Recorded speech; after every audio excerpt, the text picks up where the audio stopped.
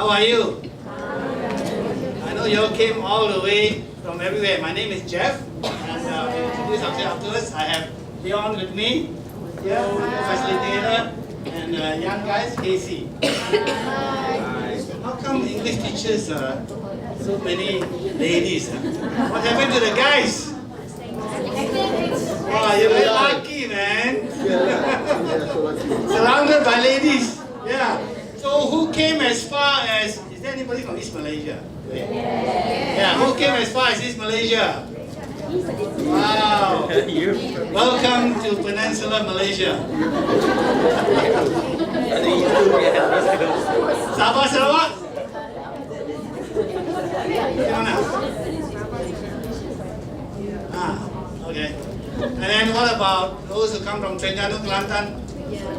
Oh, mana lagi? Oh, okay. Terengganu, Kelantan. Pahang? Alright. Johor. Okay. Kedah Police. Okay. And my home state, Perak. Sabah. Teluk Intan. Ada tak? I'm from Teluk Intan. Nobody. Oh, okay. Maybe I know somebody. Yeah, okay. Wow, thank you for coming all the way. Right? And we're going to have 3 days, right? I think you'll have 2.5 days, and for us it's 2 days. Yeah? So I'll let you know a little bit about the session plan afterwards. Right? If you have any requirement, any need, please don't be afraid to just put up your hands. Yeah? I think there are 1 or 2 people who may be late, but the rest of you are here. Thank you so much. This is still Chinese New Year. Thank you. It's I think the 5th day. It's the 5th day, right? Okay, it's the 5th day of the Chinese New Year, right? Okay, so we're going to have this training, story leadership training and coaching workshop. We're going to have a lot of activities. Okay, move you around a bit so you. I know that some of you guys just came this morning, right? You arrived this morning. You're tired, you know.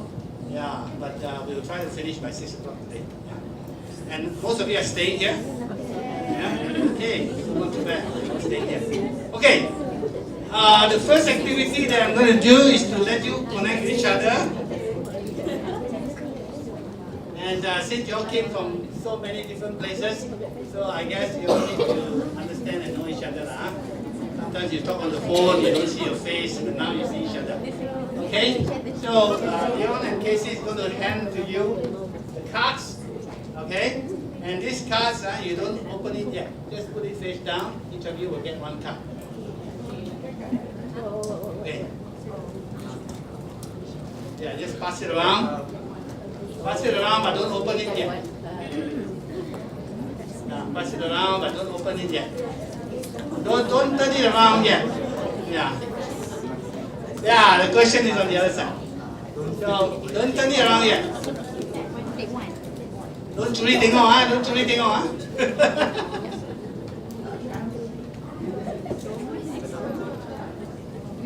Okay. Yeah, traveling.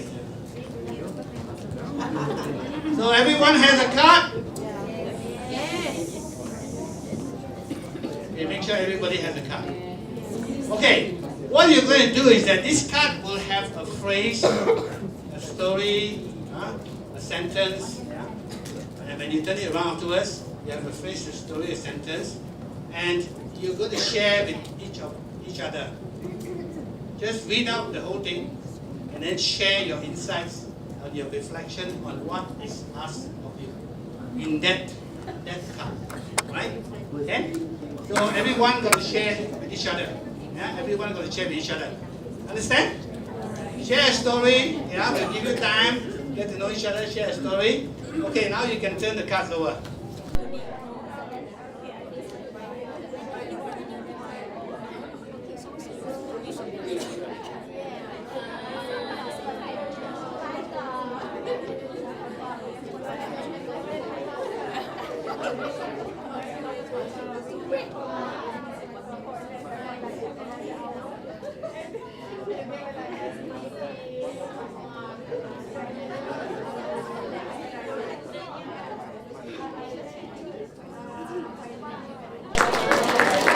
yourself a round of applause.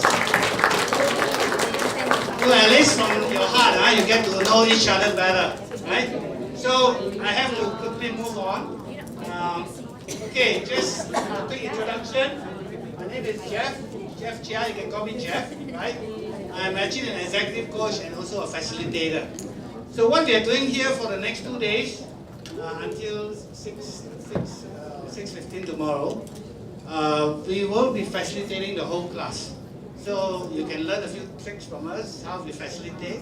Yeah? As teachers, I know it's hard work, right? My sister, my younger sister, she just retired in Telok Intan.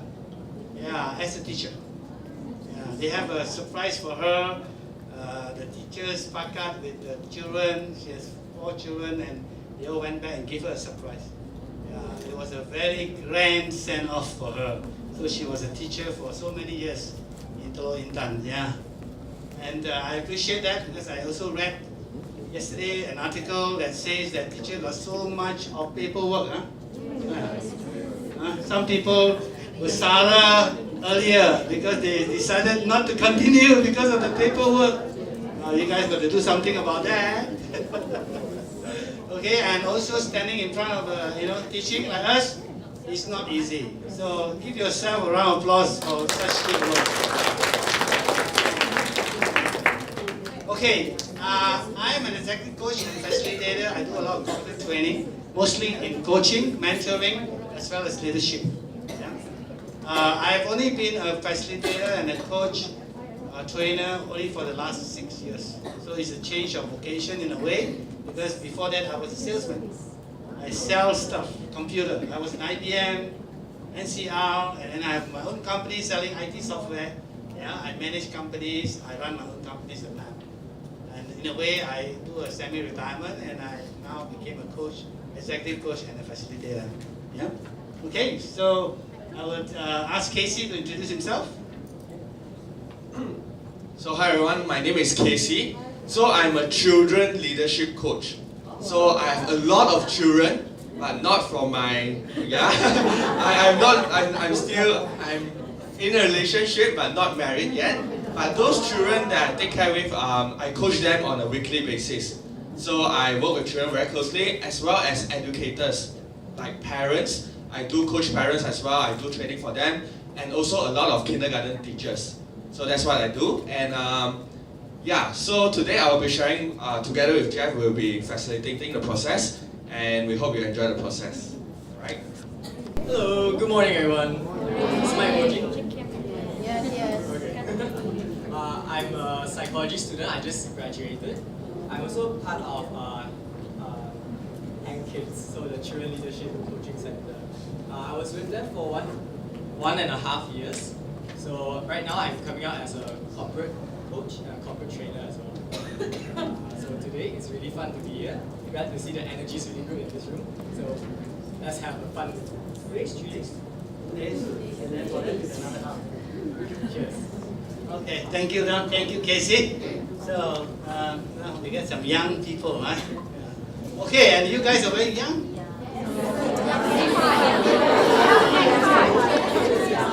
Young, sweet.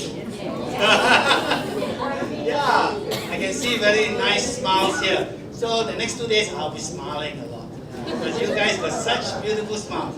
Okay, so we are going to begin, and just let you know, everybody have a little book, right? Yeah? Okay. And this book is not for you to just hold and keep very nicely. It's for you to write. So if you have anything that you need to write, I want you to write. Because these 2 days, there's going to be a lot of reflection, right? Since you guys are out of the teaching, at least you reflect on your role and what you do and so forth. And you may discover something new, right? You may discover something new. New techniques, new ideas, right? New ways of doing things. So, this program will talk about knowing yourself and how to know others, right? So there's first part of the program, I will go through it. And I want you to adopt a mentor coach leadership style to lead people effectively. So who are the people? I was told that you are going to mentor some of the younger, the newer teachers, right? Let's say the newer teachers, and also how you apply to students. Okay, you have students with you. So how can you apply coaching and mentoring technique with your students? And as well, these techniques and skills that you're going to learn, you can apply at home with your kids, with your spouse, your husband, wife. Okay? Yeah, with your spouse. Definitely. I will share you some stories, how I apply it. And also with your children, especially your children. How many of you have children? Almost lah. There's some bachelors here. Any bachelors here? There bachelors. Bachelors, dedicated teachers who doesn't want to get married. Dedicated to their job. Okay, then we will look at how to apply the coaching skills, because you're going to learn at least 4 or 5 skills these days, and we're going to do a lot of practices. So it's a lot of role play practice and all. You're not going to see me standing up here or Casey or Leon standing up here talking, yeah? Alright? So we are facilitators, so we are going to facilitate. Yeah? Okay, use scaling technique. This is a coaching model that we use, and how to effectively have a coaching conversation. And what is a coaching conversation and not a chit-chat? You can see the difference between a coaching conversation, or you can see a mentoring conversation, yeah? And not a chit-chat, yeah? Okay? Okay, for day 1, we'll start with reflections on leadership style, know yourself and others. How many of you have done the DISC? All? Who hasn't done? No? All done, huh? Okay, you have the reports, right? Okay, some of you have printed, some of you have in tablets. Have you all read the reports? At least page 1 to 25 lah, the first DISC. Why you are smiling? Some of you haven't read. Not that far, it's okay. Yeah. Okay, I'll give you time to read the reports the next 2 days, because it's very useful. If you read the report, then you can actually check with us if you have any queries. Yeah? And the report is from Tony Robbins' website, which is fantastic. I have mine as well. So later on, you're going to find out not just about your friends' DISC, where they fall in. You need to find out about me, about Casey, about Leon. Because they all have done the report as well. So I've done my report as well. So if you find out correctly, you'll get a prize. How about that? Huh? Okay? Okay, so we're going to go through that. Actually, that report costs a lot of money. Actually, even free on the site, I found it. Easily, the one 500 ringgit easily. Very comprehensive, right? 50 old pages. Yeah? Yeah. The other one is value, so we don't touch on value, we will touch only on DISC. Yeah? Okay, the strengths and limitations of different personalities. And how do you apply in your daily work? How do you apply in your daily work? It's very useful for home and for office use and for your classroom use. Very, very useful. Yeah? So then, after lunch, we're going to have about 1 o'clock, we're going to stop. And we're going to stop for 1.5 hours. Understand that lunch today is not provided offsite, so you got to find your own lunch. Yeah? You all know that, right? Yes. Okay, at least you know that. Okay, so be back on time, so 1 o'clock to 2:30, yeah? Okay, then we will look at session 2, from 2:30 to 4:30. We'll give you a break in between. And it's building trust, the foundation of coaching.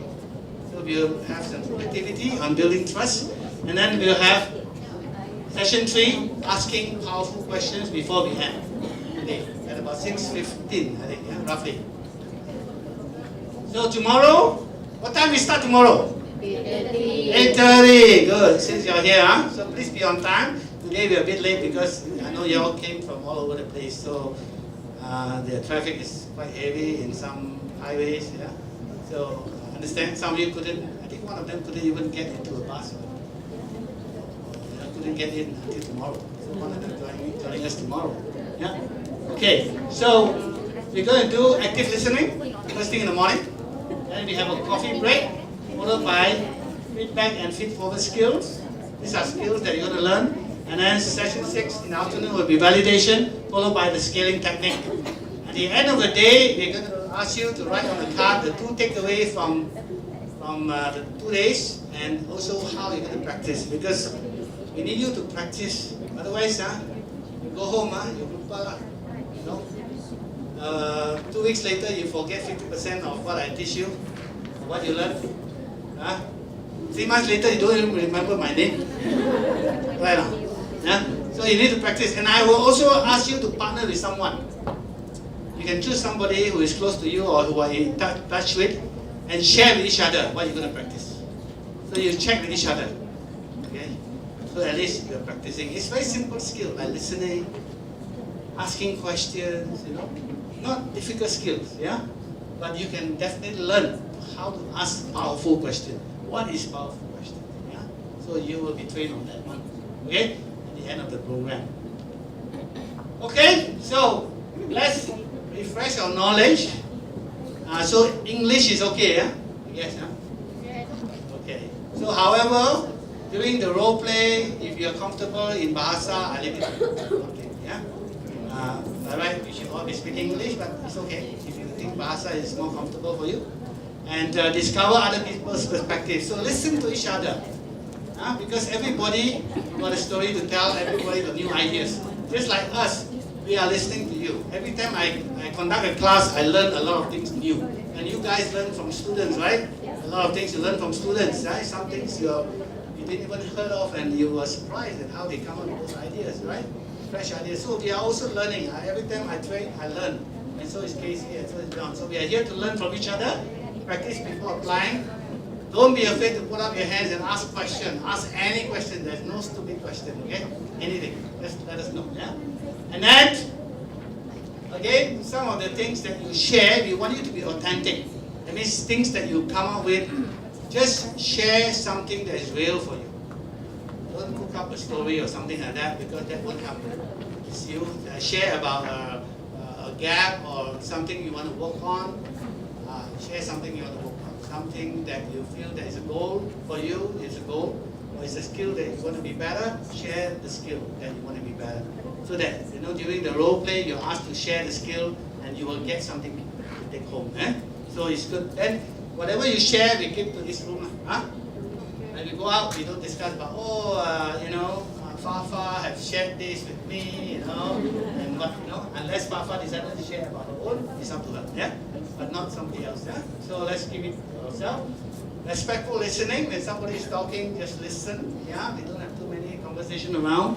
Be kind and supportive to the person, free and open sharing, and also, remember, be punctual. I know that the lunch is going to be 1.5 hours, and some of you are going to check in, yeah? So come back at a certain time that we mentioned to you, yeah? So this afternoon will be like coming back to so that we can complete the video on time, because it's going to be a tight schedule, okay? Okay, so you all have done this, huh? Okay? So what is this? DISC. How many of you have done this before? No, never. Okay, in corporate training, we do this all the time. Yeah, but it's understanding a personal profile. Is it accurate? Somebody say no. Is it accurate? Yes. Yes? Accurate? You should turn on yourself. Hey, if it's not accurate, it's because what you input, no? Garbage in, garbage out, remember? So if you try to think too much and try to fix it, then it won't be accurate. But if you run it within 15 minutes, it should be quite okay. Under 15 minutes, it should be quite fast. They produce a 54-page report. But we are focusing on the first 25 pages, yeah, on DISC. So what is a D? You remember? Decisive. Good. Some of you have read, huh? So what is I? Interactive. S? Stability. C? Cautious. Okay. So there are different, many DISC tools, but this is one of the best tools that I found around. Sometimes people use the word D as dominant, decisive dominant, quite close. Yeah. So I can be influenced. In this case, you can use another term. And then S, stability, yeah, steady. They use the word. And C, cautious. Some people use the word compliant. So they are quite close, yeah. Okay. So objective of this is actually to raise self-awareness. First thing you must be aware. And DISC is in your DNA. It's in your DNA. Yeah? What you answer is in your DNA. But you can modify your behavior. You can modify your behavior when you interact with people. And that's what it means. And learn to understand others also. Learn to how to read others. Right? How many of you are very high S here? S. Yeah. Okay, good. S? S? Oh, okay. I know these people are all high here. Yeah. Okay, good. So, the people who can read people very well are the S people. Who can read people very well. Okay, but never mind. Everybody got a chance to read each other. Then how to use DISC to enhance your coaching conversation or your conversation. How to use that, yeah? So we'll talk a little about that. So the agenda will be, what is this? Overview of this. You're not, don't look at your test now. Look at me, look at me, look at me. Don't look at your phone. Look at me, look at me. I know you love your phone. I love my phone, my iPhone 7. Stay away, yeah. So, you can, yeah? Just for these 2 days lah. Huh? Just engage with your friends lah. You can engage with your phone later tonight, yeah? Okay? Engage with me, engage with your friends, okay? So, we're going to do an overview of DISC. We're going to do some communication with DISC, and then we're going to have some practical work that you're going to do, yeah? Which I have put it inside. Okay, DISC is something that in the 20s is actually initial theoretical work by this guy called Dr. William Marston. He's a Harvard PhD, yeah? And his book in 1928, that's 90 years ago was that? Yeah. Almost 90 years ago already, yeah? So, explains how normal human emotions lead to behavioral changes. So, DISC is about behavior as well, right? It's about how you observe a person's behavior. You can change over time. Let me tell you, you can change over time. It's not that you're stuck with it like that, yeah? Okay? And it helps people understand and manage their experiences, and especially relationships. Relationship is very important. Yeah, you want to have a good relationship with your children. You want to have a good relationship with your spouse, right? Especially when the children are growing up, you have difficulty managing them. So you need to have, because they are adults now. Yeah, I have 3 adult children, so I know that. You have to manage them. And their children, they listen to you. When they are adults, they don't listen just as well, yeah? So you got to manage the relationship. Manage as if they are adults, yeah? Okay, this measures observable behavior. Just observable behavior. So you can actually read a person and understand where he's from, and then so that you can adjust yourself so that you can go with the person. Yeah? And you also describe how you interact with people. This also describes how you interact with each other. So it's a very powerful tool. It's an assessment tool as it's used for recruitment. In corporate, they use it for recruitment. Yeah? So they want people to be able to work with each other, and sometimes the job fits. Like if you are an S and C, what type of job and role you should play. If you are I and S, I being more talkative, maybe in sales and all kind of things. So job fit is quite important, yeah? And it has many areas. And for you, here is interaction with people. With your students, with other teachers, and also with your family members, yeah? So it can be applied for all. So we have all 4, right? But we have one very high dominant, yeah? Very high, yeah? And second one, so normally it's a combination of 2, the highest, and then the second, and then the other 2 will be, they are somewhere there, yeah? Okay? So normally you have 1 high, and then second, and then third and fourth. And normally you have 2 or 3, yeah? 2 or 3, maximum 4, but normally somebody don't have all 4 as like same level. It will be 1 high, 1 second, 1 low. And then don't put people in a box. It means, oh, you are like that, right? You are the I, so you are like that, right? So you always behave like that. Or put yourself in a box. Oh, I am this lah, so I cannot do this type of thing. You're putting yourself in a box. Because you can adjust. You can modify your behavior so that you can, yeah? You can work with people. yeah? Or work on projects. So you can modify your behavior. And all can be developed. Okay? Any of those DISC you can develop over time. Yeah? All can do it. So you do a DISC now, 3 years later you do another one time, you may have changed slightly. Depend on the environment you are. Which environment and maybe the role that you play, the job that you are in, you know, yeah? You will change accordingly. Yeah? Environment full of people. Yeah? Okay, there is no good or bad profile. Huh? Okay, I'm not going to answer any question saying, is this bad, is this good? Yeah, no? There's no such thing as bad or good. Everybody has their goodness, yeah? In any of those, wherever you are, you have your strengths and you also have your limitations. Every one of us, yeah? Have strengths and limitations, yeah? Okay? So as we go through the characteristics of this, I want you to think of the following, yeah? Validate with your own self-awareness. So look at your own and say where you are. Where are you? Okay? Then we're going to do some exercise to interact with each other. Okay? Think of someone whom you are trying to understand. Yeah? It can be here or it can be somebody else. Yeah? Whom you're trying to understand. Reflect on what you have observed. Okay? What you observe. So it's an observable behavior. Reflect on what you have observed. Right? So the examples I give may be extreme, but it's just for learning. Huh? So some examples that I'll give will be extreme, but it's just for learning. Yeah? Okay? And then at the end of the day, you guys got to discover where is my DISC, Leon, AC and Leon. Yeah? Okay? So, let's look at the 4 quadrants of DISC. Who do you think are active and assertive out there? Yeah? The D and task and people. Okay? So who do you think are active? D, correct.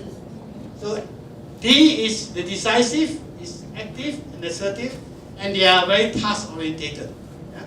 Task orientated. Nothing wrong with being task orientated. Yeah? Nothing wrong. Yeah? What about the next one? Huh? I? Good. So I, yeah?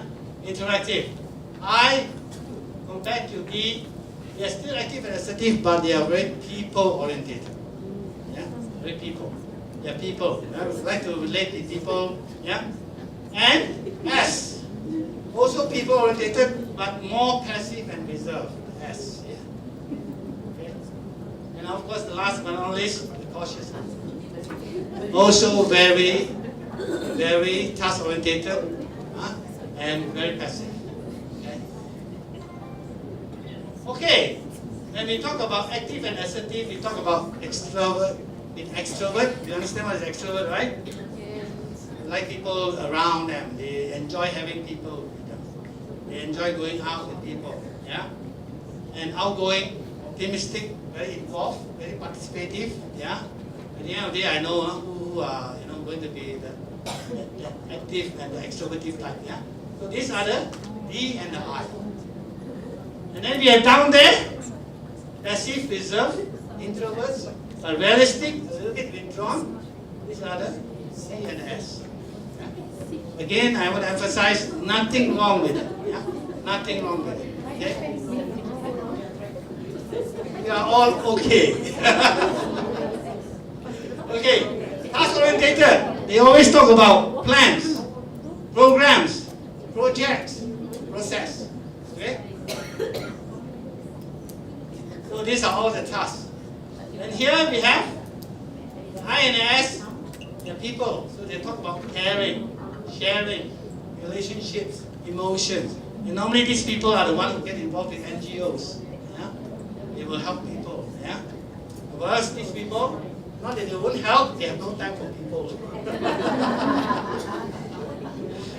They are so task oriented that people is secondary.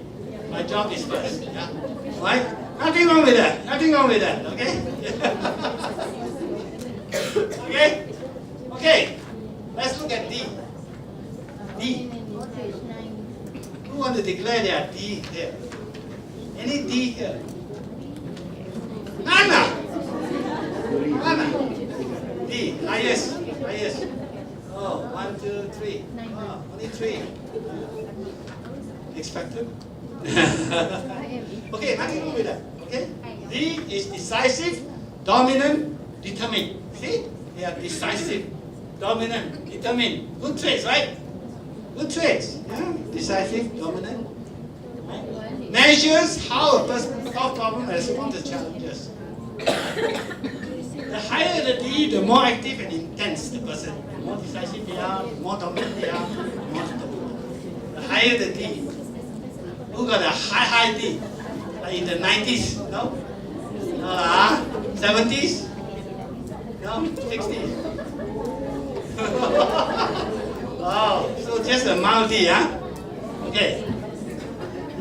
Okay, what are the characteristics of a D? Now that you all have, some of you have read the reports, what are the characteristics of a D? Beautiful. Okay, they are beautiful, yes. What are the demanding? Okay, what are the characteristics of a D? Huh? Bold. Okay. Outspoken. Daring. Competitive. Driven. Driven. Huh? Risk taker. Good. Who else? Huh? What about the back? Backbenchers, you cannot escape. Okay, what D? Characteristics of a D. Competitive, yes. Adventurous. Right. Oh, you see, so good, huh? D, huh? Oh, D, huh? Listen, huh? So good. Yeah. Okay. Driving, ambitious, competitive, logical, independent, risk taker, strong ego, self-starter, goal-oriented, place high value on time, challenges status quo. Yeah, time. You know. So, yeah. So time is very important to a D person. So you want to talk to a D person, you got to watch your time. Yeah. So what about the limitations? Okay. So of course there are some characteristics, a lot of strength there. Even ego is a good strength. Sometimes, yeah, because they are egoistic, you tend to do things a little bit more professionally. Yeah. So, what are the limitations? That means, I want to say weaknesses. We don't use negative words, so it's limitation. Yeah. What are the limitations of a D? What do you think? Huh? Sorry? Bossy. Okay. Impatient. Yes. Anything else? No? Not a people person. Get from a D herself, huh? Not that forgiving. Wow. Okay. No mercy. Wow. No mercy. Fortunately, we don't have a lot of D's here. Yeah, not high D. Yeah, okay. Right. Argumentative attitude, insensitive, attempts too much at once, and the D people want their heart to admit that they are wrong. Even they are wrong, they don't apologize. They will say something to make it like, it's not they are wrong. Right? Not that they are wrong. Yeah? That's a D. Right? Okay? So, D, power. Very goal-orientated, which is a good trait. Yeah? They are fear of failure. He fears failure the most. Yeah? Okay? And they like to tell people what to do. Correct? Command and control. That's D, right? Tell people. So they are a tell. So who are the D you think in the world? Let's say among our prime ministers, who is a D? Trump, okay? Our prime minister? At home? Closer to home? Mahathir, Dr. M. Yeah? Dr. M, D? Yeah? Who else? What about Badawi? What do you think? Okay, we'll find out where he is. Huh? Everybody say no. What about Anjin? Hard to read, huh? Okay, let's find out later. Okay, but in the world, we have this other dish. You'll be surprised, huh? Bill Gates is a D, actually. He looks like not a D, like the. He's a D. Right? That's why he gets things done. Iron Lady, and Lee Ka-shing. Lee Ka-shing is one of the most powerful richest men in Hong Kong. Yeah? Okay. Okay, now we go to the eye. Eye, interactive. Who are the eyes here? Eye, come on, put up your hand. Eyes. Eye. Yeah, no, eye. Highest, the highest one, the highest. The highest. Okay? So, interactive, influencing, inspiring, very people orientated. They are also very active. Yeah? It measures how a person attempts to influence or persuade others. So, I is a very persuasive person. Very persuasive. Yeah? The higher the I, the more verbal and persuasive. So when they are more verbal means what? They are very talkative. Yeah. Who is the I here? Let me ask the I. Okay. So, what's your name? Asri, if I ask you not to talk, boleh tahan ya? Oh yeah. No. Okay, you're not talkative. But if I ask you, don't talk. Then cannot. So they respond actively in a hostile and they don't like a hostile environment. Yeah, they are peacemakers. They don't like hostile. Their hostile environment, they try to make peace. Right? And if they cannot do it, they still apologize, even though it's not their fault. That's the kind of an I person.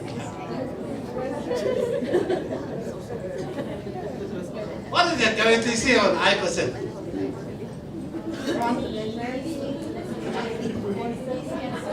Handsome. A beautiful, handsome, okay. Social, okay. Charming, friendly. Bring it, as we say, bring it, come on. People pleaser, wow, okay. What else? At the back? Optimistic, okay. Sweet talker, I like that. Inspiring, yeah. What else? Huh? Sociable, yes. People first. Yeah? Yeah? Anything else? Anybody from there? No? Okay. So, they are optimistic, you're right, sociable, talkative, trusting. They are very trusting, yeah? Positive. They are the one who get conned the most, yeah? the scam, huh? High people, beware of the scam, okay? High people, very easily conned because they're very trusting. They have a positive sense of humor, right? Not a negative sense of humor. Who has a negative sense of humor? Not the D. But they got a little bit of sarcasm in them, right? Not all these lah, huh? Some. Yeah. Okay. They are great creative problem solvers. They have a lot of ideas. Yeah. Great encourager. They motivate others to achieve. Yeah. They are the people who go wrong. They are the people who actually go behind and motivate others. They'll be happy for you if you achieve something. So they are very good in that sense. Yeah. What about limitations? They also have their limitation, right? Huh? Or easily bullied by others. Asri, you've been bullied by the ladies. I don't mind. She doesn't mind. Okay? So you see, that's an I, talking, right? Bullied by people, doesn't mind. Especially the ladies. Yeah, okay. Huh? Lagi? What do you have? Limitation. I'm sure they have limitation. Yeah? How to keep secrets. Hard to keep secrets, so don't tell them anything. You don't want people to know. Yeah, it's true in some sense. What else? Because they're talkative, eh? Yeah. So if they're talkative, what happens? Who will talk?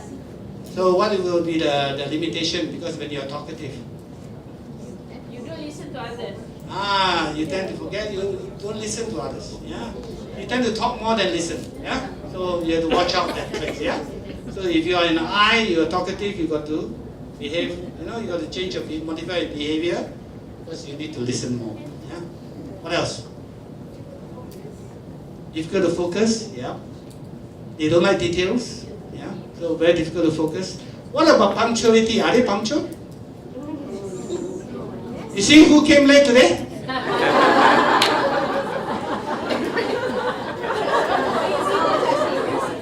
Good example, He's the last to arrive today, this morning. So, I are never good at time, keeping time.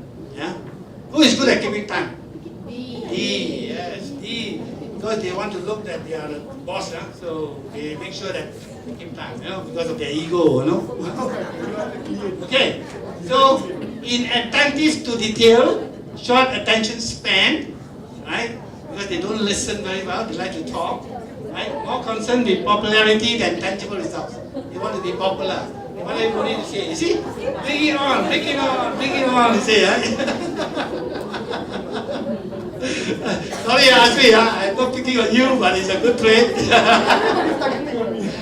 Tends to listen only when it's convenient. So what do you do? Selective listening. Sometimes they may be looking at you, but they're not listening. yeah, because of the short attention span, yeah? Right? Okay? So where they are? Yeah. The D are the power, goals, failure, and tell. So, the I are the people. Yeah? They like recognition. They enjoy recognition. Yeah? They feel proud to be recognized. And they fear rejection. Rejection. Yeah? Whereas D fear failure. They fear people rejected. They take rejection very hard. Yeah? They fear rejection. And they like to sell.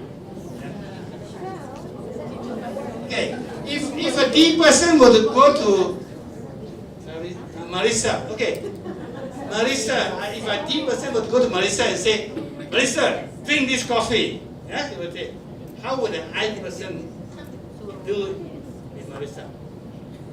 How would an I person do it with Marissa? Kejo? Yes. Marissa, this is nice, drink this, it will make you beautiful. Yeah? So, you will persuade Marissa to drink.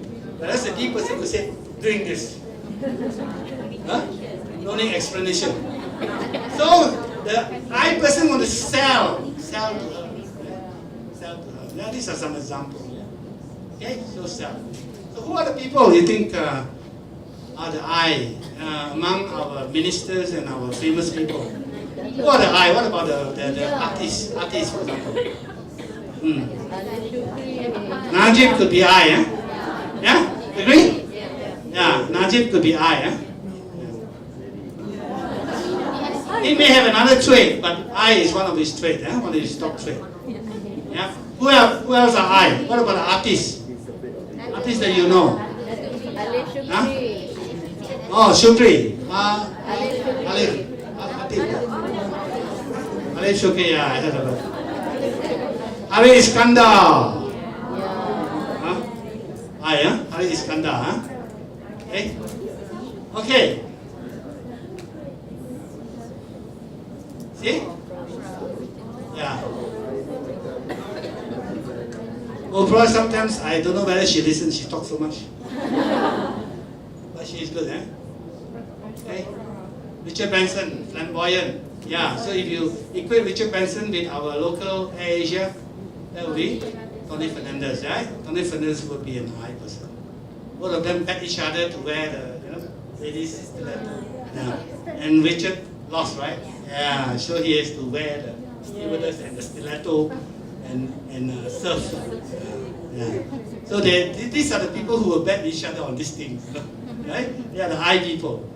They are flamboyant, in some ways. Yeah? So intent is to persuade themselves. Okay, what about the S? S. A lot of S here. What S? Okay. Here in front, no S. Oh, a lot more. I can see, yeah.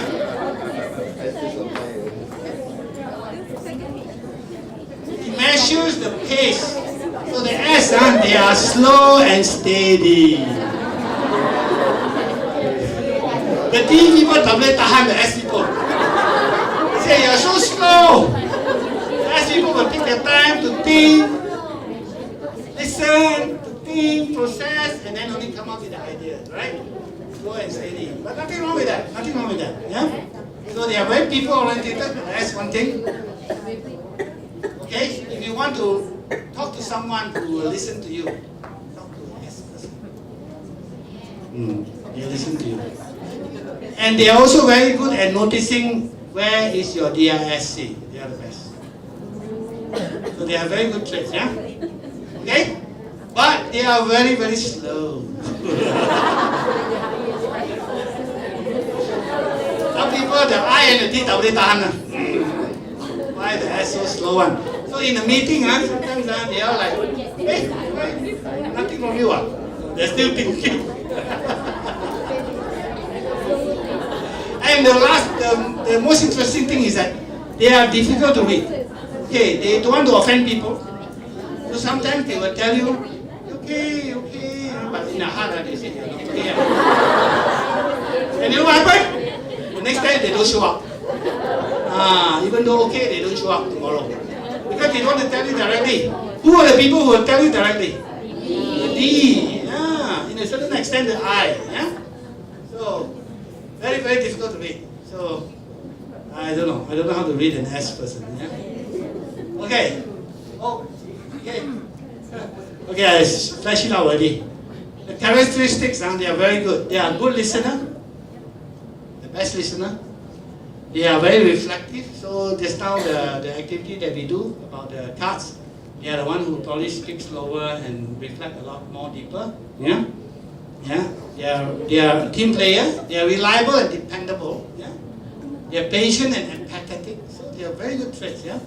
And they're compliant towards authority. They are good people to work under with. Yeah. If you staff, I like the S people because they listen. Yeah.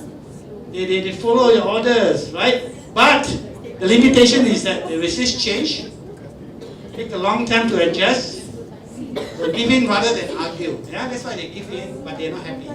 Yeah, they will not show up, but they give in. Yeah, they don't want to argue. They don't like arguments.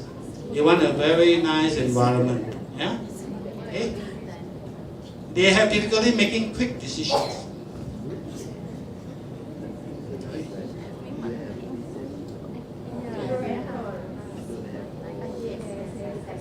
So, what we will ask like? Pace. They like security. They like the security. That means if they go to a job, they're probably very loyal. And if the company or the organization treats them well, so if they are secure in the job. Yeah. Okay. So that's why so many S are teachers, right? Very secure. You only have students to manage. They don't like abrupt change. Yeah? So, for example, if I were to tell an S person, say, yesterday night, and say, hey, by the way, you're Fatima. Fatin. I say, Fatin, you're supposed to be on 10 o'clock this morning, but now I've shifted to 9 o'clock. They say, huh? Why? Why do you shift me? Cannot. Last minute, it is too late. They don't like that change. Last minute changes. They don't like. Yeah, they will try to find a way out of that. Okay, so don't give them last minute changes. And the thing they do is they listen. Whereas a D does a lot of telling, an I does a lot of selling, an S does a lot of listening. Okay, these are the S people. Larry Page, Kofi Annan. In our world, who do you think are the S? This time we talk about one prime minister, ex-prime minister. Badawi will be a good S, yeah. Badawi will be a good S, yeah. Okay, last but not least, how many C's are here? C. I expect quite a lot of C's here today. Okay, these are the people who are very compliant, cautious, careful.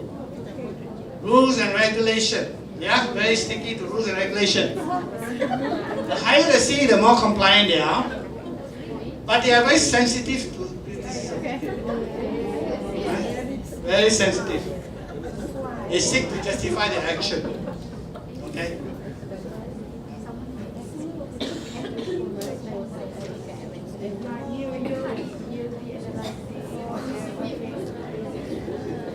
So the characteristics will be accurate because they are compliant, they are high standards, precise, conscientious and even-tempered, and they gather and criticize and test information.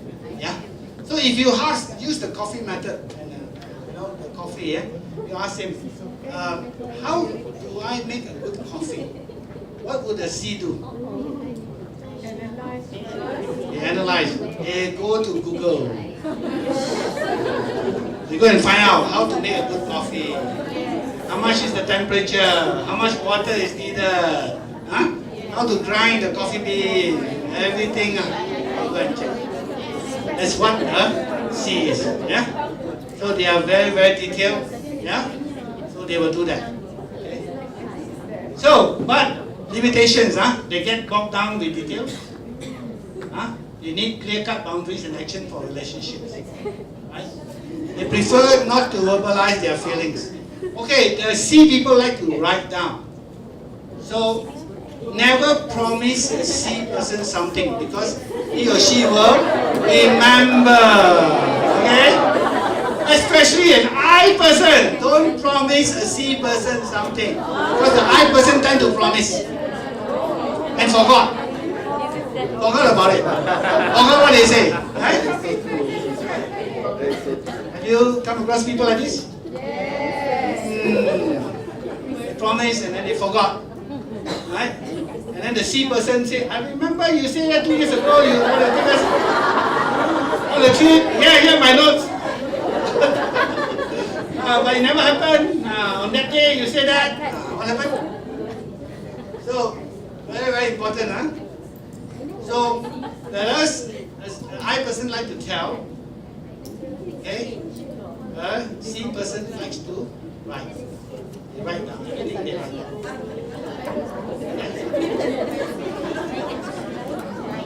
Okay? They are more structured. They like to follow policy, and they don't like chaos. Okay? Everything in a mess. Also, you go to a house of a C person, or you go to the workstation or the workplace of a C person, it's very clean. Everything is in its place. Who would have a messy desk? Who would have a messy desk? I would have a messy desk, right? Okay. Nothing wrong with a messy desk. As long as they can find what they look for. Okay? Michael Porter, Alan Greenspan. Who else you think is a C in our ministers, among the ministers?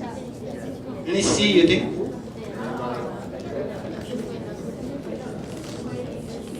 Can't think of Ishamuddin? I'm not sure. Ishamuddin. Many people who hold a post, a certain position, like a judge. So this guy, maybe a C person would be Dr. Jetty. Yeah, because Bank Negara, they have to be very Alan Greenspan. Yeah, so they have to play the role quite well as a C person. So when communicating with these coaches, any questions so far? Yeah, you get roughly, yeah? Okay? So these are the do's and don'ts, yeah? Quickly. When you communicate with the D, you do brief and direct, so short. They like to be fast. Come on, quickly. Give me that. And then focus on what, help them the how, discuss the problem and how they affect results. Highlight the benefits straight away. They ask you, okay, what are the benefits? And give you the facts.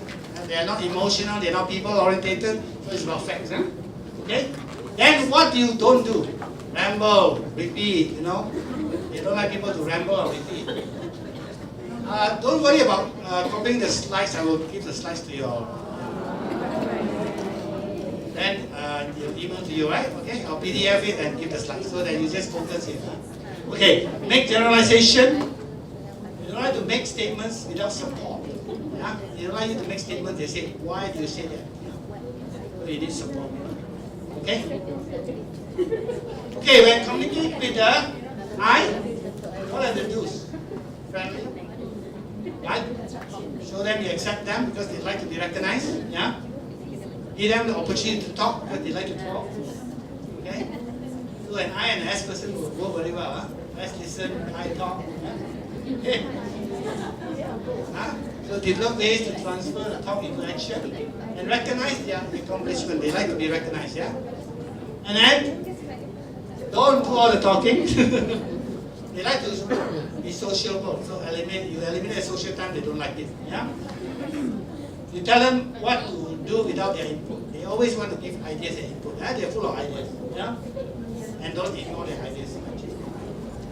Very important. Okay, C, the S. Okay, S are also people orientated, right? Remember? So they also interested in them as a person. Clear procedure on their role. They want to know what am I supposed to do. Yeah? And be patient, give them time. Okay? Give them time to process. That's why I say sometimes coaching is so important because you pause, you listen, silent, give 10 seconds before you respond again. Yeah?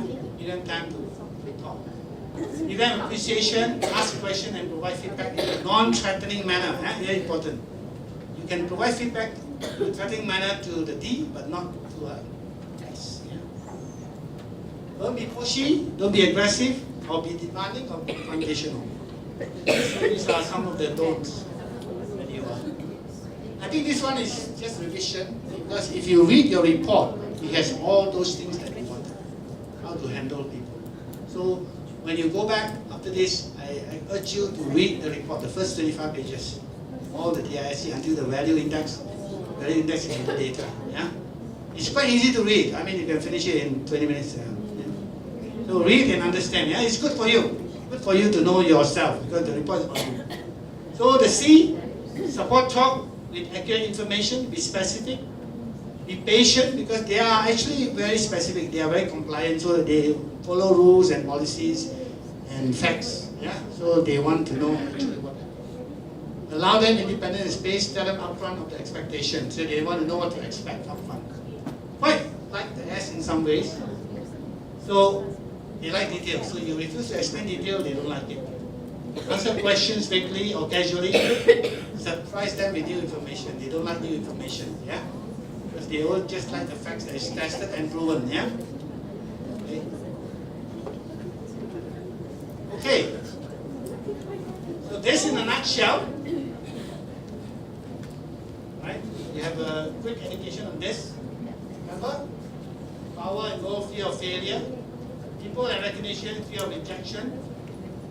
Base and security, fear of abrupt change, the S. And then the C, policy and structure, fear of chaos. So you can know why they are task-orientated, why they are people-orientated. Yeah? Okay? DISC.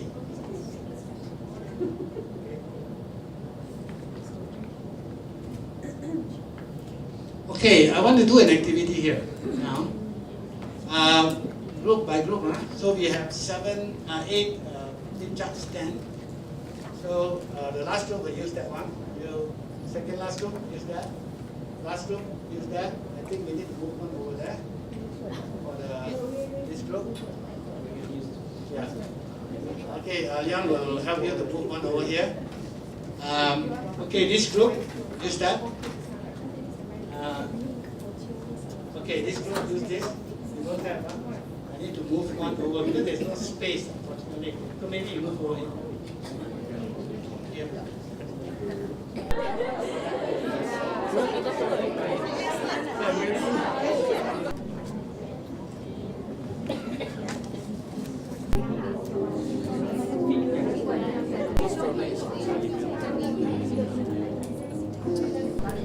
Good afternoon. Yeah, better, huh? Okay. Even the I and the D is following, huh? Instruction, huh? One more time. Good afternoon. Good. Okay. Before I go into the skills, we're going to learn 2 skills today. One is building trust. Okay. We're going to have an activity for that. Then we have a break, and then followed by asking powerful questions. Right? I'm going to talk a little bit about coaching. What is coaching? Because we don't have time to define coaching, but I would like to define what is coaching. And this is ICF, International Coach Federation. I'm a member. I'm also a local chapter vice president of ICF Malaysia. International Coach Federation is the biggest coaching organization in the world. 27,000 members. Yeah? We have a local chapter where we have 150 members. All coaches, executive coaches, life coaches. Right? And there is a video which I'm going to show, which talks a little bit about what is coaching. Yeah?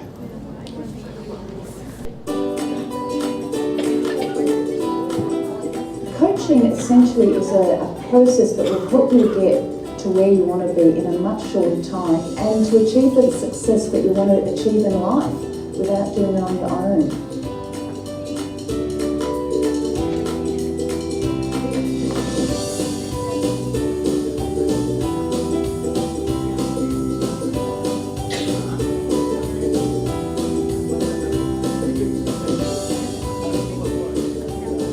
Coaching is a guided process where somebody helps you through the power of questions and active listening come to your own conclusion. You have to get your own answers. And these are the best answers because you are the expert for yourself. So I think coaching is the leadership style of the future.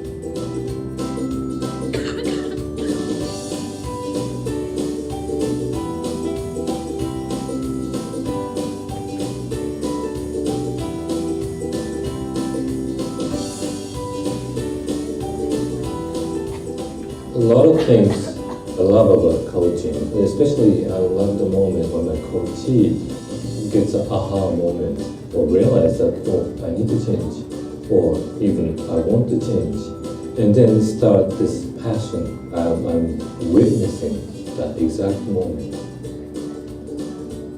I love helping people. I love helping people work through things that have kept them stuck, have kept them playing small, have kept them from living to their fullest potential. And now I have the opportunity to help other people who are like me, well-educated, trained professionals who've invested a lot in a career, and I can help them to put all the pieces together and get in touch with what it is they really want to do and help them through the transition so that they can live the rest of their life really fulfilled.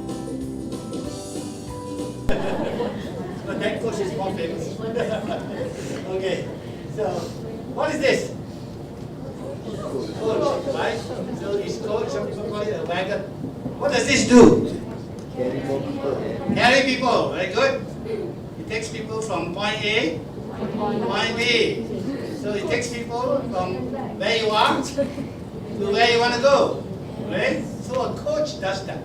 Actually, the coach word came from this little town in Hungary in the 15th century called Kocsi, K-O-C-S-I. The word coach, yeah.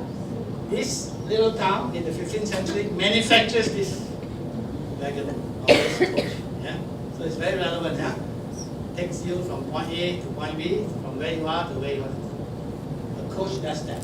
So some of the definitions that we have in coaching is that coaching is unlocking a person's potential to maximize their own performance. It's helping them to learn rather than teaching them. This is from John Whitmore, who just passed away 2 years ago, and he is the father of Grow Model. There's a Grow Model, GROW, which we use a lot in coaching. I think at least 60% of the world coaches uses that model. Each of us have a different model, but that's a role model.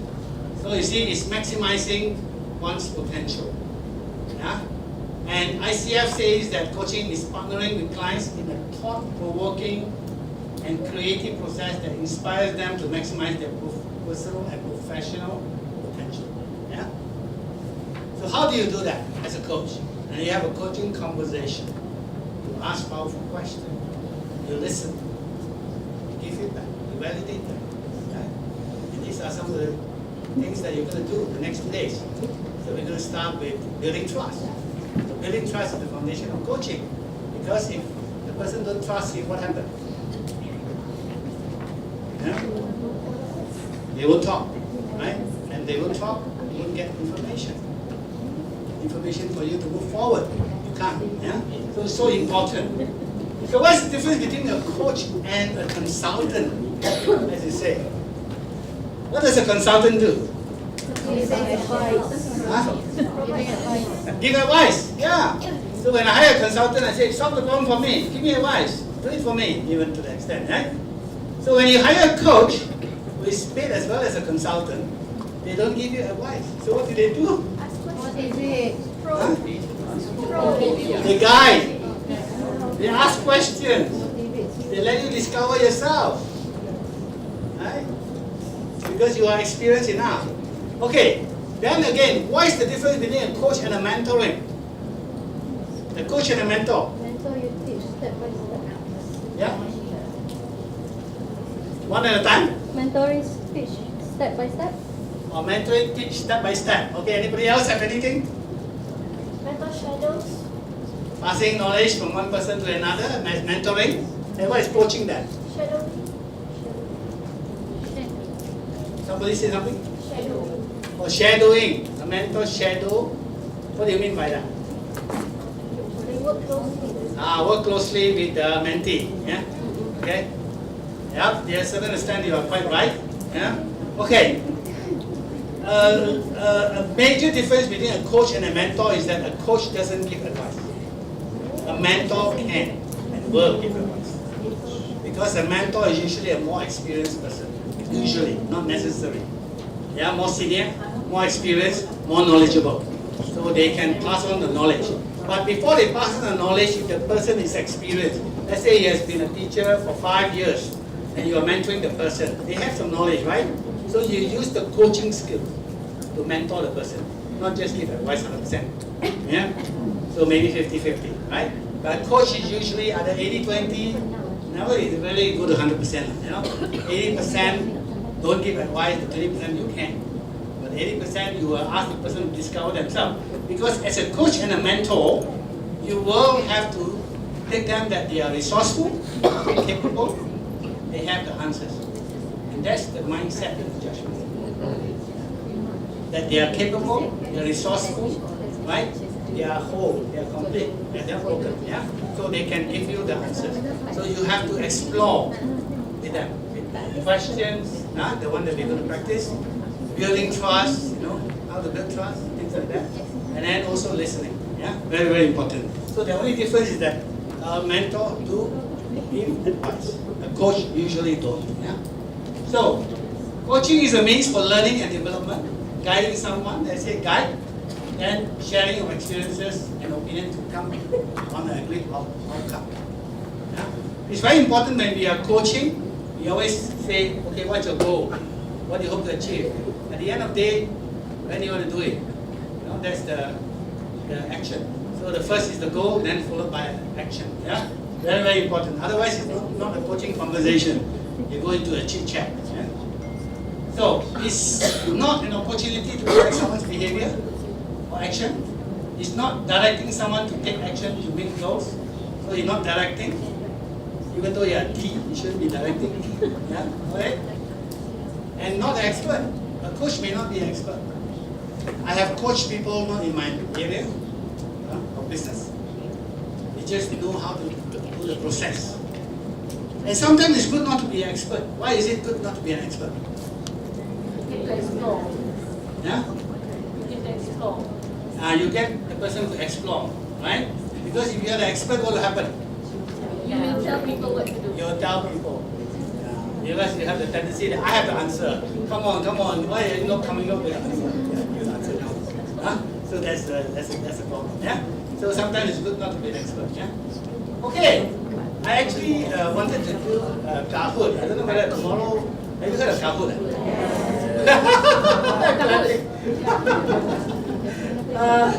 I'm not sure whether I have. There's so many people, you know. All of you got downloaded Kahoot already? You're used to it, ah? Okay, so we'll do Kahoot, okay? Okay.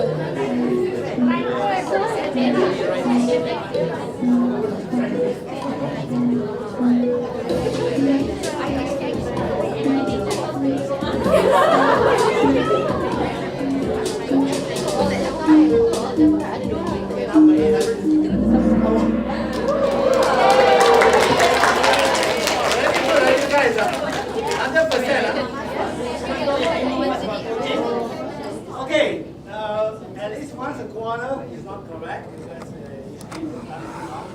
this one is more appraisal. But nobody answered this. Last question.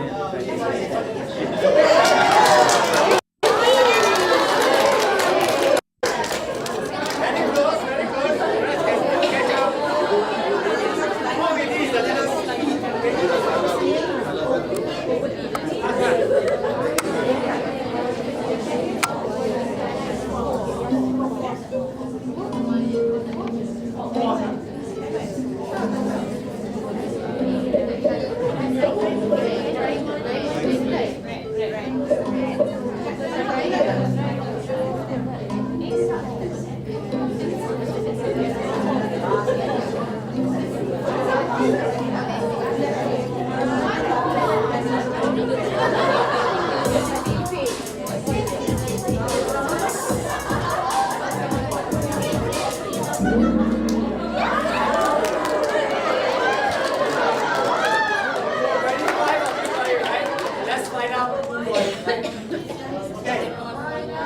Just to let you understand,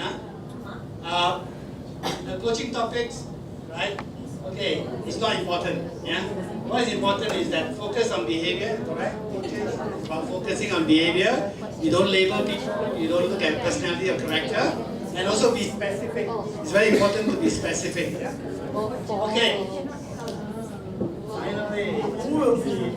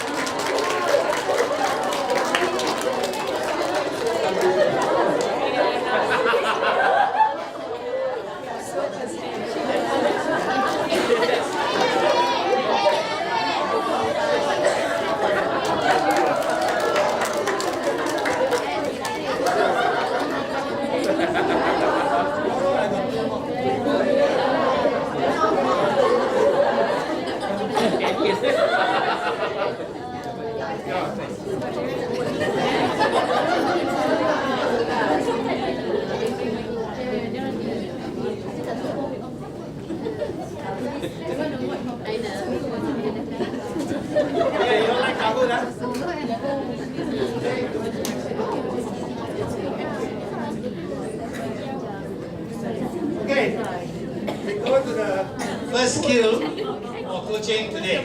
First skill is trust. Trust is the foundation of coaching. Very important. Sometimes it's about your own personal, even your DISC is how you build trust with a person. And for us, we use DISC a lot in coaching as well. So when the coaching is like that, so we will know how to modify our behavior so that we can build trust with the coaching. Yeah? So today we're going to talk a little bit about trust, because without trust, coaching is not effective. Yeah? So how do you build trust? And one famous writer says that the best way to find out if you can trust somebody is to trust them. What does it mean? What does it mean? Yeah, in a way, it means you don't judge the person first. Trust the person to do it until you can't trust him anymore. Sometimes that could be the best way. Because you don't know about him, you don't know whether he can be trusted or not, but just trust him to do it. Yeah? Let him do it. Until he or she can't do it anymore. He can't be trusted. Yeah? So that's important. Okay? So, building trust, the foundation of coaching and mentoring. Okay? So we're going to have an activity of trust. Very interesting activity. So Leon and Casey is going to pass you some cards. Trust cards. We call it trust cards. Again, don't open the card. Just put it flat down first. Each of you will get one card. I know that some of you asked about the card that we did in the morning. Very nice. I'll tell you where to get it. Later. So let's look. Take one each, face down, face down. Don't look at it first. Don't take a peep.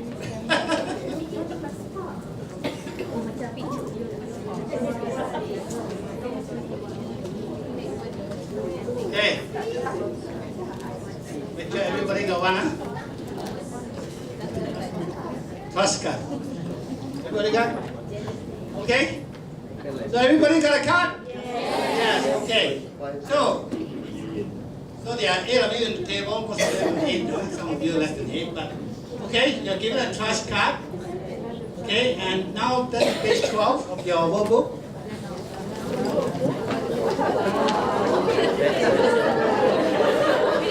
Don't open the card yet, Page 12. Page 12. Okay. Page 12, You got it? Okay. Before you open a card, let me take a card and I share with you what okay, let's take an example, Okay, when I open my card, it's called Listen Actively. Yeah? So, if I can, I'll share a story. So I wanted to give you 3 minutes to think of a story when you open your card to share a story of an incident, an event, something happened that relates to this. Yeah? I can tell you a story about this. Or I can also, if I don't have a story to tell, I'll tell you an insight, share you an insight of what it means by listening actively. Yeah? So I can share you a story that, that at one occasion, when I was not paying attention to someone, and something happened. Yeah? That I did not get the instruction properly, so I did it wrongly. Yeah?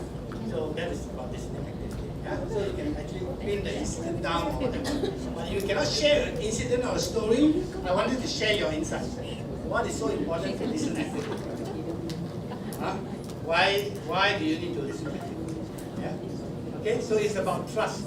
It's all about trust. Yeah? So now you can open your card, and I want you to reflect on the story and write down in your little book. I'll give you 3 minutes to do that, and after that, we're going to share to each other. Alright? Okay.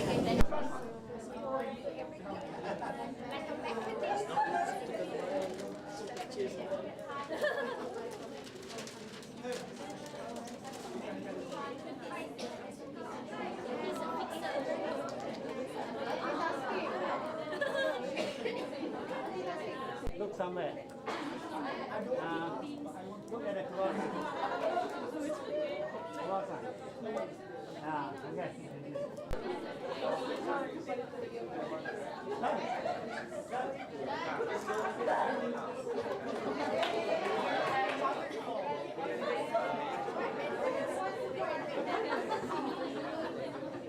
Okay.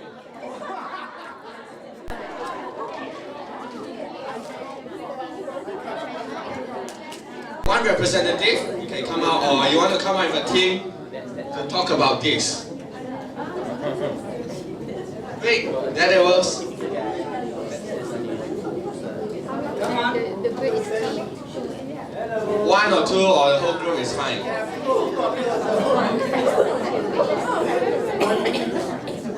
Alright, so I'm gonna Assalamualaikum. Assalamualaikum warahmatullahi wabarakatuh. I'm a bullet train, so hopefully you guys can catch up. So my card was don't hide the truth even if it's unpleasant. So as a teacher, as an I, a very strong I, I'm a people pleaser. So I don't like to say to my kids you're wrong and you're not qualified and all that, right? But one day I did, and as you can see, this is the broken-hearted kid. Very sad. Sparra just like broke her heart. But I think we did this. If you don't know, this is not an orange, right? This is the moon, and there's a little bit of like divine light coming down. Hey, the sun, sorry. Okay, so it's the sun. So when I was able to be truthful to her and told this student that okay, she needed to work on something and that she's not that good, so she has to work some more. I think she was like able to understand that she needed to work a bit more and realize what she could have done better. So that was what I did. Yeah, some people are shaking their head. I know. Okay, second card. Okay, for the second card, mine was give people the freedom to achieve the results you want. At first, I felt that the sentence was quite contradicting because if you want to give freedom, then you cannot expect the results, them to achieve the results that you want. So what happened was, I think that especially during lessons in class, so whenever I give like sort of like hot questions, expecting them to give a very critical answers, and when we have the results that we want as a C person, I would have a certain descriptors of what I expect them to achieve. But when they do not give me the answers that I want them to give, I get disappointed. But that's not supposed to be how it is lah. Because if it's giving freedom, then you shouldn't be I think that you shouldn't be expecting them to give the result that you want. Yeah, because it's not freedom. Okay, that's all. Okay, thank you very much. Let's give them a big round of applause. And we have the next group, KEWL, Hugh. Next group, 1% or 2%. Okay.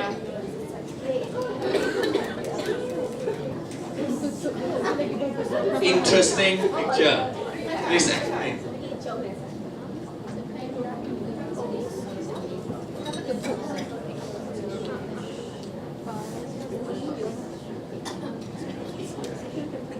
The next group can start to prepare already. I think it's a penguin group. Can start to prepare already. Who's going to speak? And what's that about? Alright, the first one is don't reveal confidential information to people who are not authorized to know it. Yeah, so that's why we have Edward here and also Jay. Right, and this one, when I received the card, I was very shocked because it really suited me. Okay, that's an incident happened to me. Okay, actually my husband was telling my son about this. You shouldn't be talking too much because he's talkative and I'm too. And then when he's saying this, he said there's a reason why God creates 2 ears and 1 mouth. It is for us to listen more. That's all. Thank you. Thank you very much, Dini. Thank you very much. And next, let's invite the penguin group. Warahmatullahi wabarakatuh. So as you can see, this is a baby penguin made by Kak Linda. So I'm going to explain to you the first part of the characteristics. Okay, so mine is respect everyone. Okay, so as you can see, the penguin is doing like this. This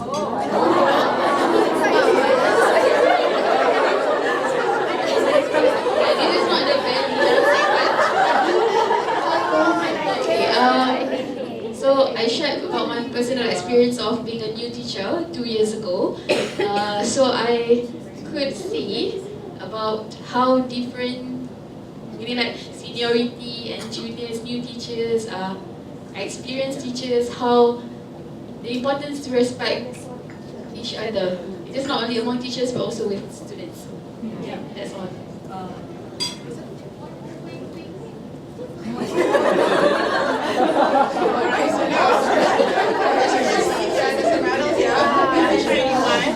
Alright, okay, so as for my part, okay, so mine is to give credit where it is due.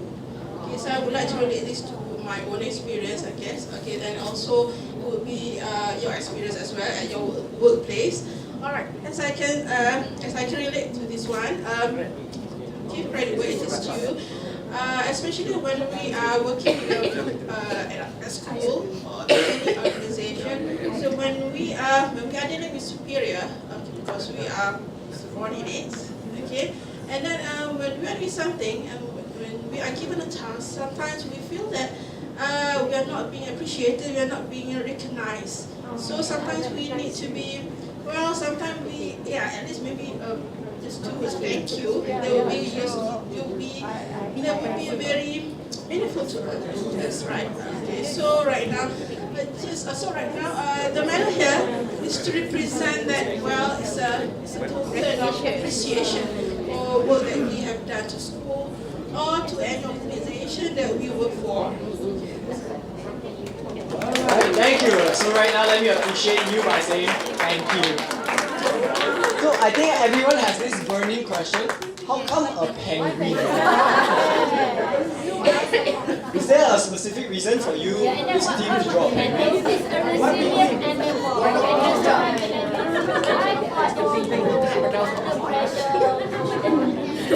So she says that it's a resilient animal. It can survive in hot or cold.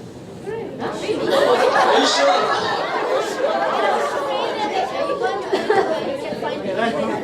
In Australia, there's an island where you can find penguin, guys. Remember that. Google it later, okay? Yes, thank you very much. So for the next group, Furiously Cautious.